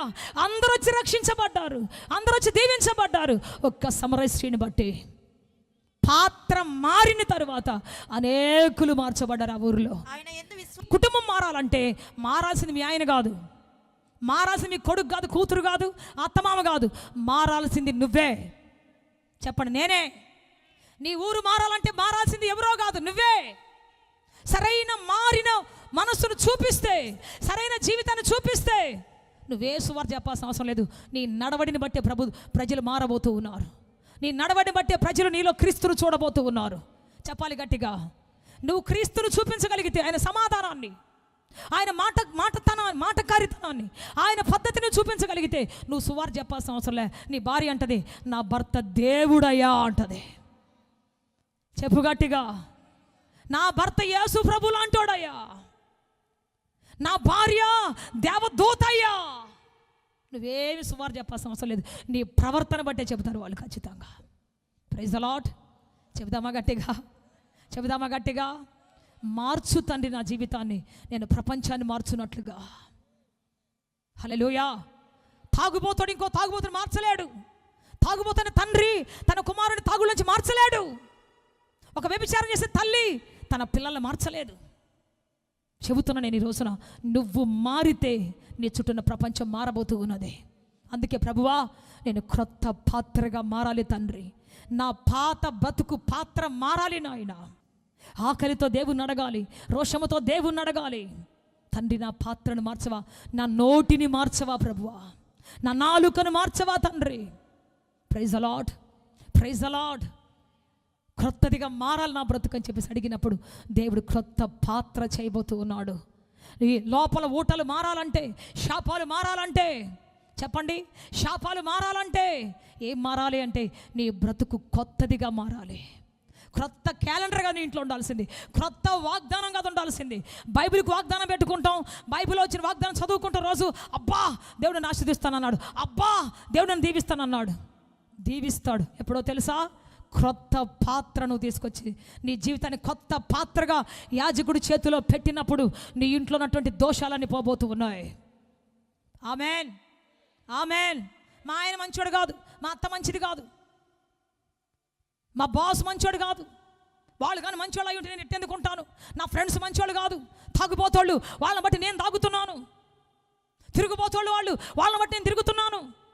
1000 మంది తాగుబోతుల మధ్యలో ఉన్నా, 1,00,000 మంది వ్యభిచారుల మధ్యలో ఉన్నా, నువ్వు కొత్త పాత్రగా మారినప్పుడు ప్రియ దేవుని బిడ్డ నిన్నెవ్వరూ పాపము తీసుకొని పోలేరు.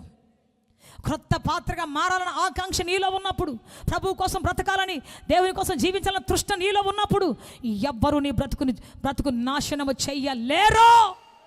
చెప్పాలి గట్టిగా, చెప్పాలి గట్టిగా. ఎవరు నీ బ్రతుకును కదిలించలేరు. నీ బ్రతుకు దేవునితో కట్టబడినప్పుడు, నీ జీవితం దేవునితో అంటు కట్టబడినప్పుడు ఎవరు దాన్ని మార్చలేరు. అందుకే సంఘమా చెబుతున్నా, నేను కొత్త పాత్రగా ఈ సంవత్సరం మారాలి తండ్రి. ఆమెన్. చెప్పాలి గట్టిగా హల్లెలూయా, చెప్పాలి గట్టిగా హల్లెలూయా. నా పాత్ర మోసగాడి పాత్రేమో, ఒకప్పుడు మోసగాడి పాత్రేమో, ఒకప్పుడు తాగుబోతు పాత్రేమో. కానీ ఈరోజు నేను పరిశుద్ధాత్మను పానం చేసే పాత్రగా మారాలనుకుంటున్నాను ప్రభువా. ఒకప్పుడు హంతకుడి పాత్ర సౌలుది, దూషకుడి పాత్ర సౌలుది. మరి దూషకుడు, హింసకుడు, హానికరుడు, ఒక్కొక్కరికి హాని చేసే పాత్ర అతనిది. కానీ యేసు రాగానే తన జీవితంలో ఆ దమస్కు మార్గములో యేసు ఎదురు పడగానే గుర్రం నుంచి కింద పడిపోయి, కళ్ళ పొరలు గమ్మిపోయి, కళ్ళు మూయబడిపోయి, చివరికి అననీయ అనే ఒక వ్యక్తి ప్రార్థన చేస్తే కళ్ళ పొలం రాలిన వెంటనే అంటున్నాడు, ఇప్పుడు నేను అర్జెంటుగా యేసు ప్రభువుని, ఏ సంఘాన్ని హింసించాను, ఏ సంఘాన్ని దూషించాను, ఏ సంఘాన్ని చెరసాల పెట్టి రక్తపాతం సృష్టించి కొట్టి గాయపరిచాను, విచక్షణ లేకుండా, జాలి దయ లేకుండా ఎంతమందిని కొట్టి నాశనం చేశాను, ఆ క్రీస్తును ప్రకటించడానికి వెళ్ళబోతున్న సువార్త పాత్రను నేను. హల్లెలూయా. చెరసాల్లో కట్టివేసిన, సంవత్సరాల తరబడి జైల్లో పెట్టినా, చింతబరికలతో కొట్టినా, రాళ్లతో కొట్టినా, ఎంత గాయపరచినా, ఆయన అంటాడు, నా పాత్ర తిరిగి కొట్టే పాత్ర కాదు, దూషించిన వారు తిరిగి దూషించే పాత్ర కాదు. Praise the Lord. కొడితే లేచి మళ్ళీ అక్కడే సువార్త చెప్పేవాడు, కొట్టి చెరసాల వేస్తే అక్కడే లేచి సంగీతం పాటలు పాడుతూ ఉండేవాడు. ఆయన్ని తీసుకొని పోతున్నప్పుడు సముద్రములో పెద్ద తుఫాను చెలరేగినప్పుడు అతను చంపాలని కత్తి పట్టుకు నిలబడినటువంటి సైనికులకు సువార్త చెప్పినటువంటి వాడు సువార్త పాత్రగా మారిపోయాడు. చప్పలు కూడా బిగ్గరగా దేని మాయంపరుస్తాం. కొత్త పాత్ర అయ్యాడు. ఈరోజు పౌలుని బట్టి సంఘాలు, ప్రపంచ దేశాలను సంఘాలు ప్రపంచ దేశాల నలుమూలలో ఉన్నటువంటి సంఘాలు ఆ రోజు ఆయన కొంచెమే తిరిగాడు, కానీ ఈ రోజు ఆయన గురించిన సువార్త, ఆయన గురించిన గొప్ప వార్త ప్రపంచంలో నలుమూలలు తిరుగుతూ ఉన్నది. నలుమూలల పౌలు యొక్క సువార్త ప్రకటించబడుతూ ఉన్నది. చచ్చిపోయి బోధిస్తున్నాడు ఆయన. మనం బతికుండి కూడా షడ్డాసన వస్తున్నాం, బతికుండి కూడా సాక్ష్యాన్ని పోగొట్టుకుంటున్నాం. Praise the lord. చూడండి ఒకసారి మీరు చదవండి. కొత్త పాత్ర తెచ్చి దాంట్లో ఏమేమన్నాడు? ఉప్పు వేసి. ఏమేయాలి చెప్పాలి గట్టిగా. ఉప్పు వేసి. అందరు చెప్పండి ఉప్పు. అందరు చెప్పాలి ఉప్పు. ఉప్పు అంటే ఏంటో తెలుసా? సాక్ష్య జీవితం. చదవండి మత్తయి సువార్త 5వ అధ్యాయం 13వ వచనం చదవండి ఒకసారి త్వరగా. అక్కడ రాయబడిన మాట ఏంటంటే, మీరు లోకమునకు ఉప్పై ఉన్నారు. హల్లెలూయా. ఏమై ఉన్నారు మీరు? ఉప్పు. నా నిమిత్తము. చాలు చాలు. ఉప్పై ఉన్నారు మీరు లోకానికి. Praise the Lord, praise the Lord. ఉప్పు లేకపోతే ఏ పదార్థానికి రుచి లేదు. నువ్వు లేకపోతే నీ ఇంట్లో దేనికి రుచి ఉండకూడదు. నువ్వు లేకపోతే నీ సంఘానికి ఏది రుచి లేనట్టే ఉండాలి. నువ్వు రుచిగల వ్యక్తివై మారాలి. నీ మాట రుచిగా ఉండాలి. చెప్పాలి గట్టిగా. ఉప్పు వేసినట్టు నీ సంభాషణ రుచిగా ఉండాలి. నీ సువార్త రుచిగా ఉండాలి. మొట్టమొదటి నీ సాక్ష్యం. ఉప్పు నిస్సారమైతే దేనివల్ల సారం పొందుతుంది? అది నీ సాక్ష్యం నువ్వు పోగొట్టుకుంటే, నీ సాక్ష్యం నీ చేతులతో నువ్వే పోగొట్టుకుంటే, నీ నోటితో నువ్వే పోగొట్టుకుంటే, నీ క్రియలతో నువ్వే పోగొట్టుకుంటే దేనివల్ల సారం పొందుతావు? ఒకప్పుడు సంసోన్ గొప్ప సాక్ష్యం కలిగినటువంటి వాడు. సంసోను బట్టి దేశమంతా ధైర్యంగా గుండె మీద చేసుకుని నిలబడింది.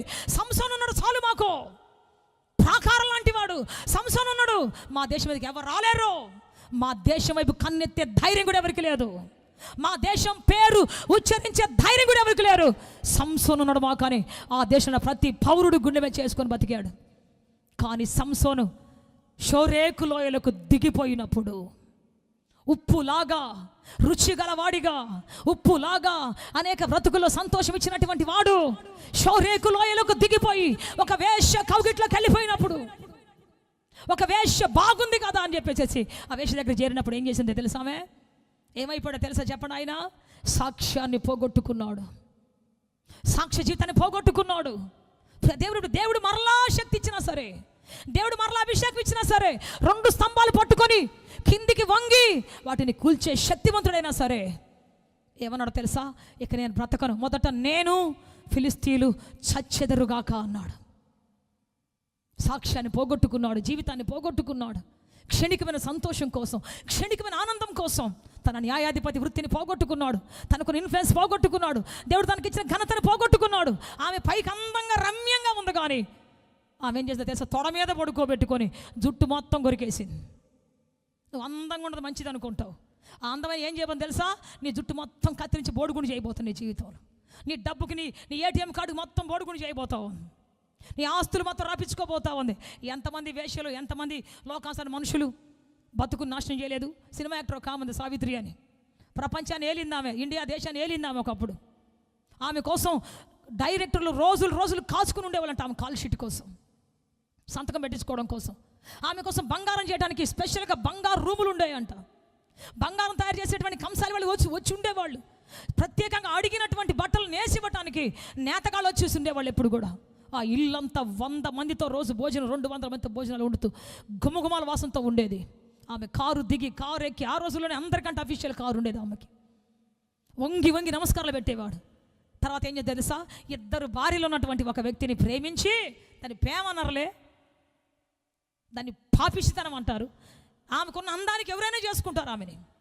కానీ చెప్పు, 2 ఆల్రెడీ ప్రేమించి పెళ్లి చేసుకొని 2 పిల్లలు ఉంటే ఆయన్ని పట్టుకొని నువ్వే నా ప్రాణం, నువ్వు లేకపోతే చచ్చిపోతా అని సూసైడ్ అటెంప్ట్ చేసి ఆయన్ని వశపరుచుకొని చివరికి ఏం చేసిందో తెలుసా? దేవుని బిడ్డ చివరికి ఏమైపోయింది తెలుసా? రోగం వచ్చి తాగి ఆయన లేనప్పుడు తాగి రోగం వచ్చి చచ్చిపోయేటప్పుడు చెప్పండి, కాళ్ళు ముడుచుకుంటే ఎంత రూమ్ ఉంటుందో అంత రూమ్లో పడిపోయి చచ్చిపోయింది. గ్లామర్ కోల్పోయింది. ఏ వ్యక్తి కూడా వచ్చి, ఏ డైరెక్టర్ వచ్చి ఆమె దగ్గర షూట్ తీసుకోలేదు. నటన ఆగిపోయింది, కన్నీరు మిగిలిపోయింది, దుఃఖం మిగిలిపోయింది, శాపం వచ్చేసింది. చివరికి ఆమెను శవం తీసుకొని పోవడానికి సాయంత్రం వరకు ఎవరు రాలేదని తెలుసా మీకు? గుండె పగిలిపోద్ది ఒక్కోసారి చూసినప్పుడు. దేవుని బిడ్డ, క్రొత్త పాత్ర, ఉప్పేసుకునే రుచికర జీవితం నీ జీవితంలో ఉన్నప్పుడు నువ్వు గనురాలిగా గనుడిగా మారబోతూ ఉన్నావు.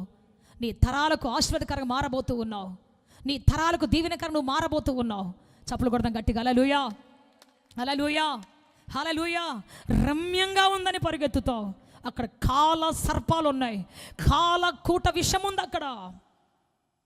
అవ్వాదమును తినిపించింది సాతాను పండు. నువ్వు తిన్న వెంటనే దేవుడు దేవదూత అయిపోతావని తినిపించింది. చివరికి ఏమైపోయారు? భ్రష్టులు అయిపోయారు. అక్కడ ఉన్న అధికారాన్ని కోల్పోయారు, దేవుని సహవాసాన్ని కోల్పోయారు, దాక్కున్నారు, దాగుకొని ఉన్నారు. మనల్ని చూసి ఎవరైనా దాక్కున్నారంటే సంథింగ్ రాంగ్. మన ముఖం ఎదుటికి వచ్చి మాట్లాడలేకపోతున్నారంటే సంథింగ్ రాంగ్. ఆమేన్, హల్లెలూయా, హల్లెలూయా. మనం ఫోన్ చేసి ఎత్తట్లేదు అంటే something wrong. Praise the Lord, praise the Lord. మాట్లాడే ధైర్యం లేదు అంటే సంథింగ్ రాంగ్. నీతిమంతుడు సింహంలాగా ధైర్యంగా ఉంటాడు ఎప్పుడు కూడా. దుష్టుడు ఎవరు తరమకుండానే పారిపోతాడు ఎప్పుడు కూడా. సామెత 28వ అధ్యాయంలో దుష్టుడు తరమకుండానే పారిపోతాడు, కానీ సింహము ఎన్ని మంది తరిమినా, ఎంతమంది తరిమినా ధైర్యంగా రొమ్ము విరుచుకొని ముందు నిలబడి ఉంటుంది. చెప్పాలి గట్టిగా, చెప్పాలి గట్టిగా, చెప్పాలి గట్టిగా. ధైర్యంగా దేవుడిని నిలబెట్టబోతున్నాడు ఈరోజు సింహం వలె. Praise the Lord. కొత్త పాత్రగా నీ పాత్ర మారాలి. నీ లోపల సారవంతమైన సాక్ష్యం ఉండాలి. నీ సాక్ష్యాన్ని కాపాడుకోవాలి. ఇస్కరియోతు యూదా చాలా గొప్ప సాక్ష్యం కలిగినటువంటి వాడు. బందిపోటులోకి వెళ్ళి, నక్సలైట్లోకి వెళ్ళి అక్కడి నుంచి దేవుని బోధ వినొచ్చినటువంటి వాడు. ఒక నక్సలైట్ కానీ మారితే ఎంతమంది పిలుస్తారు? శామ్యుయల్ దేవవరం గారు అని ఒక ఆయన మారాడు, యవనస్తుడుగా నక్సలైట్లోకి వెళ్ళి ఎన్నో ఘోరాలు చేసి, ఎన్నో మర్డర్లు చేసి ఆయన మారాడు.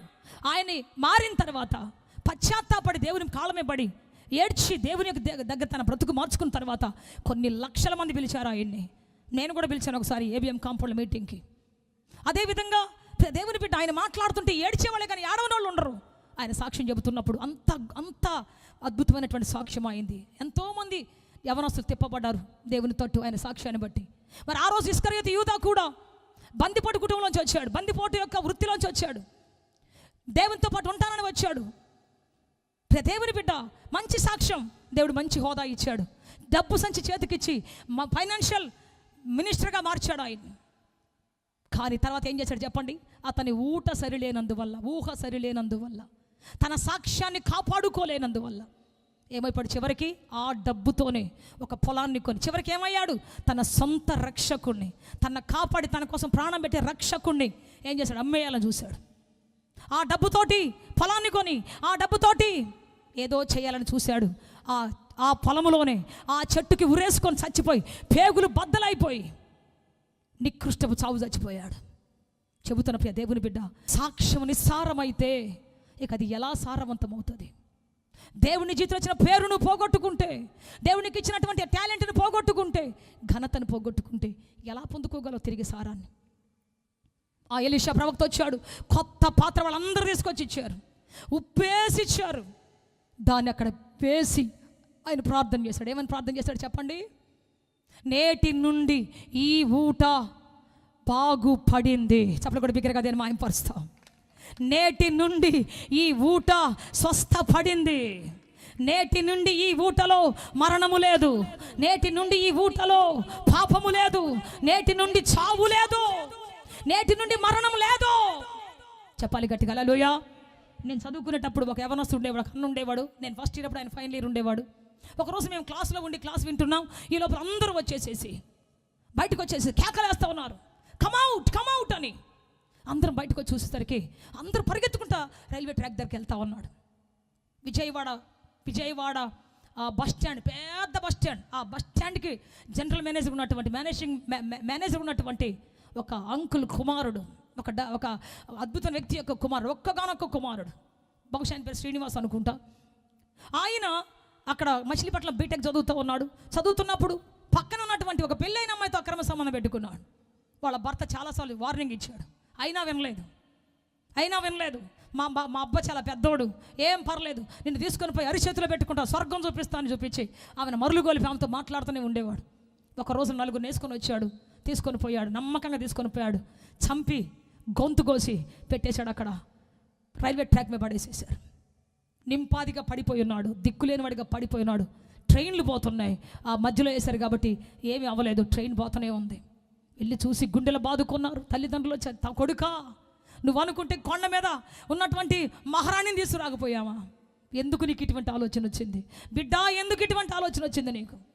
మమ్మల్ని ఏం చేద్దాం అనుకున్నావు? మేము ఎవరి కోసం బతకాలి రాని గుండెలు బాదుకుని ఆడటం ప్రారంభించారు. ఎలా ఉంది నీ సాక్షి జీవితం? ఎలా ఉంది నీ లోపల అంతరంగ జీవితం? అంతరంగ జీవితం ఎలా ఉంది నీ జీవితంలో? తప్పించుకుంటావేమో లోకంలో పోలీసుల దగ్గర, తప్పించుకుంటావేమో లోకంలో జడ్జీల దగ్గర. దేవుడనే పరమ న్యాయాధిపతి ఉన్నాడు, ఆయన దగ్గర తప్పించుకోవటం ఎవ్వరి వల్ల అయ్యే పని కాదు. చెప్పాలి గట్టిగా హల్లెలూయా, హల్లెలూయా. ఒక్కసారి ఆయన న్యాయాధిపతిగా సింహాసనమే కూర్చున్నాడు అంటే లైఫ్ అవుట్. ఆయన కృప చూపిస్తున్నంత వరకే నువ్వు పొందుతావు కృపని, ఆయన దయ చూపించినంత వరకే దయ పొందుతావు. ఒక్కసారి చరిత్ర తిరిగిందంటే లైఫ్ అయిపోయింది ఇంకా. అందుకే నీ జీవితం అర్ధాంతరం ముగిసిపోవడానికో, ఎవరి దాహానికి బలైపోవడానికో, ఎవరి కత్తికో బలైపోవడానికి దేవుడు సృష్టించలేదు. నిన్ను ఘనురాలిగా చేయాలని దేవుడు ఆశిస్తూ ఉన్నాడు. అనేక దేశాలకు అధికారిగా చేయాలని ఇష్టపడుతూ ఉన్నాడు. అనేక ప్రాంతాలకు సువాసనగా చేయాలని ఇష్టపడుతూ ఉన్నాడు.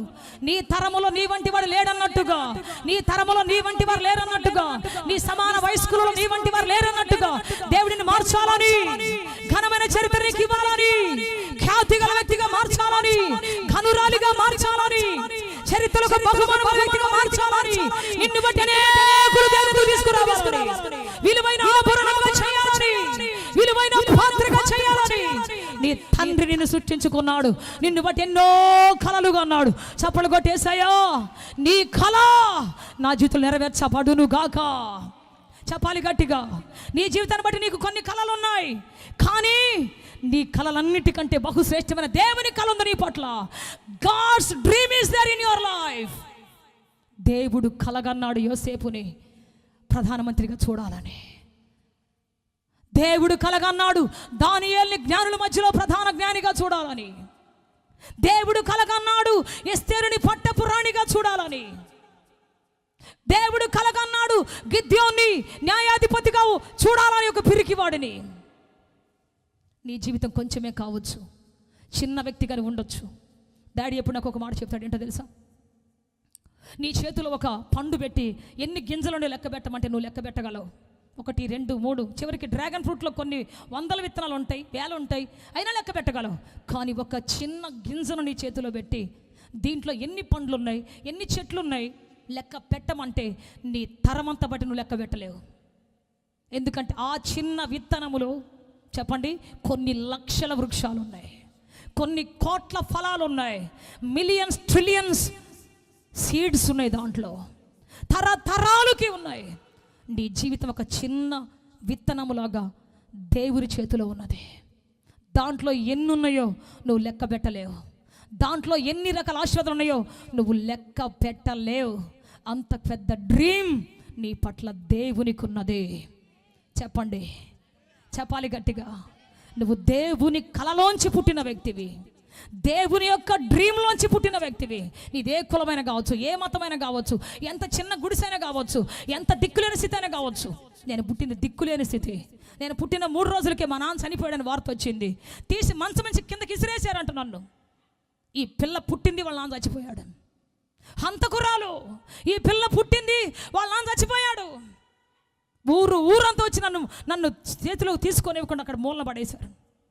మా అమ్మ ఒక పక్కన మూల కూర్చొని ఏడుస్తూ ఉంది, ఆయన చచ్చిపోయాడని. పచ్చి బాలింత, ఇంత ఘోరం, ఈ పిల్ల పుట్టింది, ఇది జరిగిందని చెప్పేసి అందరూ నష్ట జాతకులను ముద్ర వేసేశారు. కానీ దేవుడి దయవలెట్ను మా నాన్న వారం రోజుల తర్వాత చావును తప్పించుకొని, శత్రువులను తప్పించుకొని ఇంటికి వచ్చాడు. అప్పుడు నన్ను ఎత్తుకోవడం మొదలుపెట్టారు. Praise the Lord. నేను కొంచెం పెరిగిన తర్వాత నాన్నకున్నటువంటి ఉద్యోగాలు పోయినాయి, ఆయనకున్నటువంటి వ్యాపారాలు పోయినాయి. ఆయన పేరు పెట్టాడు నష్ట జాతకురాలు. ఈ పిల్ల పుట్టింది, నాకు ఈ పరిస్థితి వచ్చేసింది. ఒక ఆయన చెప్పాడంట, ఈ పిల్లలకి పెళ్లి చేసి పంపిస్తే తొందరగా మీ దరిద్రం అంతా పోద్దంటే, నాకు 8 సంవత్సరాల వయసు నుంచి పెళ్లి సంబంధం ఒకటి మొదలుపెట్టారు. ఎంతమంది వచ్చి చూసిపోయారు, ఎంతమంది వచ్చారు. ఈ పిల్లకి పెళ్లి చేయాలి, దరిద్రం పోవాలి, పెళ్లి చేయాలి, దరిద్రం పోవాలి. చివరికి ఒక తుమ్మ మొదకి ఇవ్వాలని చూశారు. వాడేంటి పెళ్ళి అయిపోయి వాళ్ళ భార్య మంచంలో ఉంటే అప్పుడు వచ్చాడు పెళ్లి సంబంధం చూడటానికి. నన్ను కాలేజీని తీసుకొని పోయారు, కూర్చోబెట్టారు, ఎదురుగా కూర్చోబెట్టాడు. తుమ్మమొద్దున్నట్టు అప్పటికే 35 ఏళ్ళు ఉంటాయి, నాకు 15-16 ఏళ్ళు ఉంటాయి. కూర్చోబెట్టారు, ఆయన ముందు కూర్చోబెట్టారు.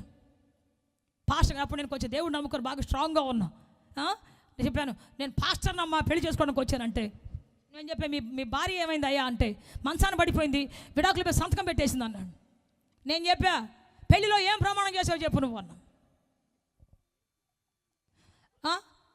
చెప్పండి, ఏం ప్రమాణం చేస్తారు మనోళ్ళు? చిలక పలుకులు పలుకుతారు, భలే పలుకుతారు. పాస్టర్ గారు చెప్పంగానే వ్యాధి అందును ఉంటారా? వ్యాధిలో ఉంటారా? వ్యాధిలో చాలామంది లేరు. ఆరోగ్యంలో ఉంటారులే, మేలులో ఉంటారులే. చెయ్యి పట్టుకొని బీచ్ చుట్టూ తిరగటానికో ఊరు చుట్టూ తిరగటానికో ఉంటారు. కీడుకైనాను కీడులో ఉంటారా? చెప్పండి, కీడు వస్తూ ఉంటారా? ఏబు భార్య అనింది, సావరా ఇంకెంతకాలం బతుకుతావు అని అనిందా లేదా? సో ప్రియదే, మేలుకైనను కీడుకైనను వ్యాధి అందును ఇది ఇంకా ఆలోచించాలి. ఆరోగ్యం అందును నిన్నే ప్రేమించి నీతోనే అంటారా లేదా? మరి అయ్యగారు వ్యాధిలో ఎందుకు వదిలేసావయ్యా? ఆ రోజు ప్రమాణం చేసావు కదా, వ్యాధి అందును మరణము నిన్ను నన్ను ఎడబాపు వరకు, నువ్వో నేనో సత్యదాకా ఇద్దరం కలిసి ఉంటాం అన్నావు కదా, మరి ఆమె బతుకున్నాక ఎందుకు పెళ్లి సంబంధానికి వచ్చావు నువ్వు అన్నా. ఆమె కుటుంబ జీవితానికి పనికిరాదు అన్నాడు. ఒకవేళ నువ్వే కుటుంబ జీవితానికి పనికి రాకపోతే నీ భార్యకి పెళ్లి చేస్తావా అన్నా నేను. నువ్వే కానీ మాయరోగం వచ్చి మనసులో కూర్చొని ఉంటే నీ భార్యని పెళ్లి కూతురు చేసి ఇంకొక వ్యక్తికి పెళ్లి చేస్తావంటే చెయ్యను అన్నాడు. నువ్వు కూడా చేసుకోకూడదు అన్నా. Praise the Lord. నీకెంత ధైర్యం ఉంది పెళ్లి చేసుకోవడానికి? యేసు ప్రభు సముద్రాలు చీల్చే దేవుడని ప్రసంగం చేస్తాను. యేసు ప్రభు సచ్చిన లాజరును లేపినటువంటి సమాధి నుంచి లేపిన దేవుడని ప్రసంగం చేస్తాను. నీ భార్యని లేపడా దేవుడు? నీ ప్రసంగాల వరకే నీ జీవితం. ఆయన లేచి చులుపుకుని అన్నాడు, అమ్మో ఈ అమ్మాయిని నా వల్ల కాదయ్యా, నేను మాట్లాడలేను, నేను పోతున్నానని చెప్పిస్తే తరుముకొని వెళ్ళిపోయాడు. ఇంకా praise the Lord, praise the Lord. ఇక్కడ నరకులో సేవ చేస్తున్నప్పుడు సేవకురాలు అయిన తర్వాత కూడా ఒకళ్ళు వచ్చారు.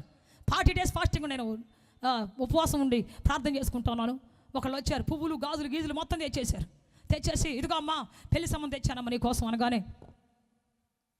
అనగానే చెప్పాను, నేను నా తీర్మానం చేసుకున్నాను, నా శరీరం మీద ఏది ఉండటానికి వీల్లేదయ్యా, నేను దేవుని బిడ్డనయ్యా, రావటానికి వీల్లేదని చెప్పేసి.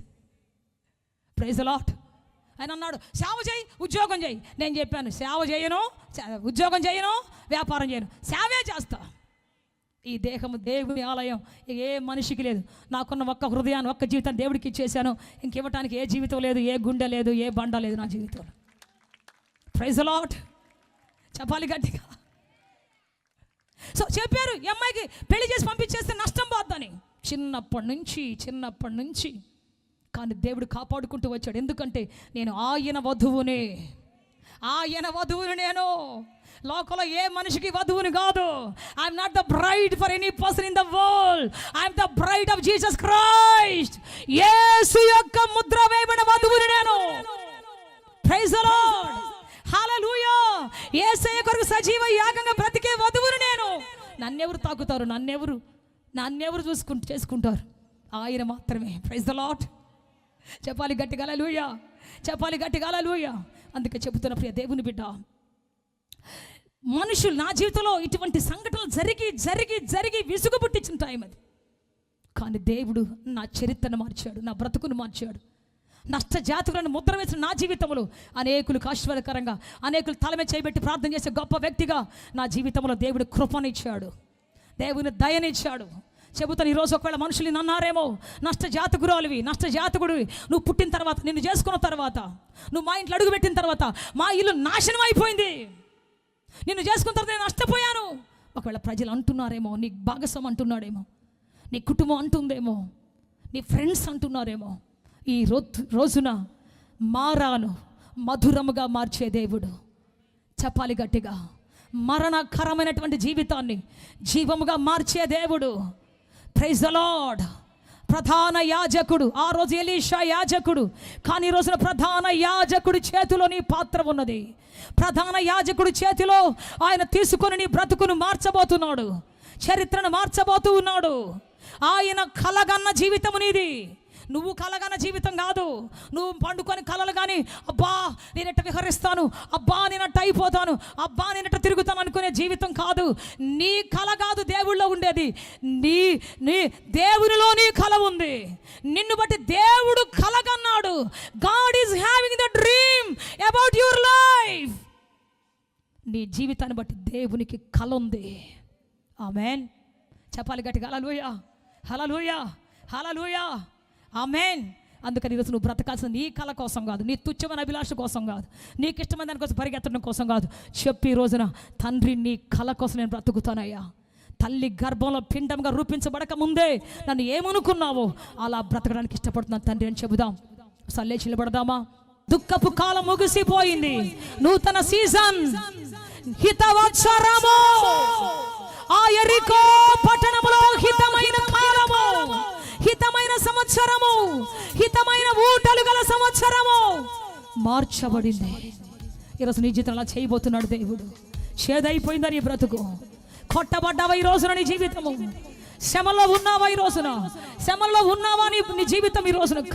భయంకర పరిస్థితుల మధ్యలో ఉన్నావా? దుఃఖములో ఉన్నావా? అద్భుతాలు చేసే తండ్రి మన మధ్యలో ఉన్నాడు. ఆశ్చర్యకాలు చేసే రక్షకుడు మన మధ్యలో ఉన్నాడు. సమాధానం ఇచ్చే దేవుడు మన మధ్యలో ఉన్నాడు. స్వరమెత్తు గట్టిగా, నా జీవితంలో అద్భుతం చెడు దిగిరా తండ్రి, ఆశ్చర్యకాలు చెడు దిగిరా తండ్రి, కృపతో నన్ను నిలబెట్టు తండ్రి. యేసయ్యా మీకు స్తోత్రం. హల్లెలూయా, హల్లెలూయా. పరిశుద్ధాత్మ దేవ రండి తండ్రి, ఆయన పరిశుద్ధుడా దిగి రండి ప్రభువా, శక్తిమంతుడా దిగి రండి ప్రభువా, అద్భుతం చేయమని అడుగుతున్నాము తండ్రి. హల్లెలూయా, హల్లెలూయా, హల్లెలూయా. పరలోకపు తండ్రి మీకు స్తోత్రం, స్తోత్రం, స్తోత్రం. హల్లెలూయా, హల్లెలూయా. శక్తిమంతుడా రండి తండ్రి, నా జీవితంలో అద్భుతం చేయడం దిగి రండి ప్రభువా. నీ క్రొత్త ఆలోచన, క్రొత్త సాక్ష్యము.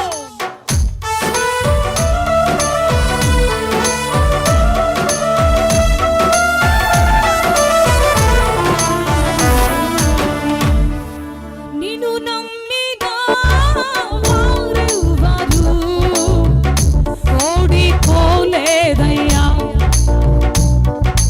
నిన్ను నమ్మిన వారెవ్వరూ సిగ్గుపడలేదయ్యా. ఏ యుగమందైనా సిగ్గుపడలేదయ్యా. ఘనపరచే నాయకుడా నా యేసయ్యా, ఘనపరచే నాయకుడా, ఘనపరచే నాయకుడా నా యేసయ్యా, ఘనపరచే నాయకుడా. నిన్ను చూడాలని, నిన్ను చేరాలని, నీతో ఉండాలని, నీతో నడవాలని, నిన్ను చూడాలని, చేరాలని, నీతో ఉండాలని, నీతో నడవాలని. అంతులేని ఆశ నాలో రగిలేనే, అంతులేని ఆశ నాలో రగిలేనే, అంతులేని ఆశ నాలో రగిలేనే, అంతులేని ఆశ నాలో రగిలేనే. నిజమానుడా నా యేసయ్యా, పరిశుద్ధుడా, చప్పట్లు కొట్టు గట్టిగా, ఘననీయుడా.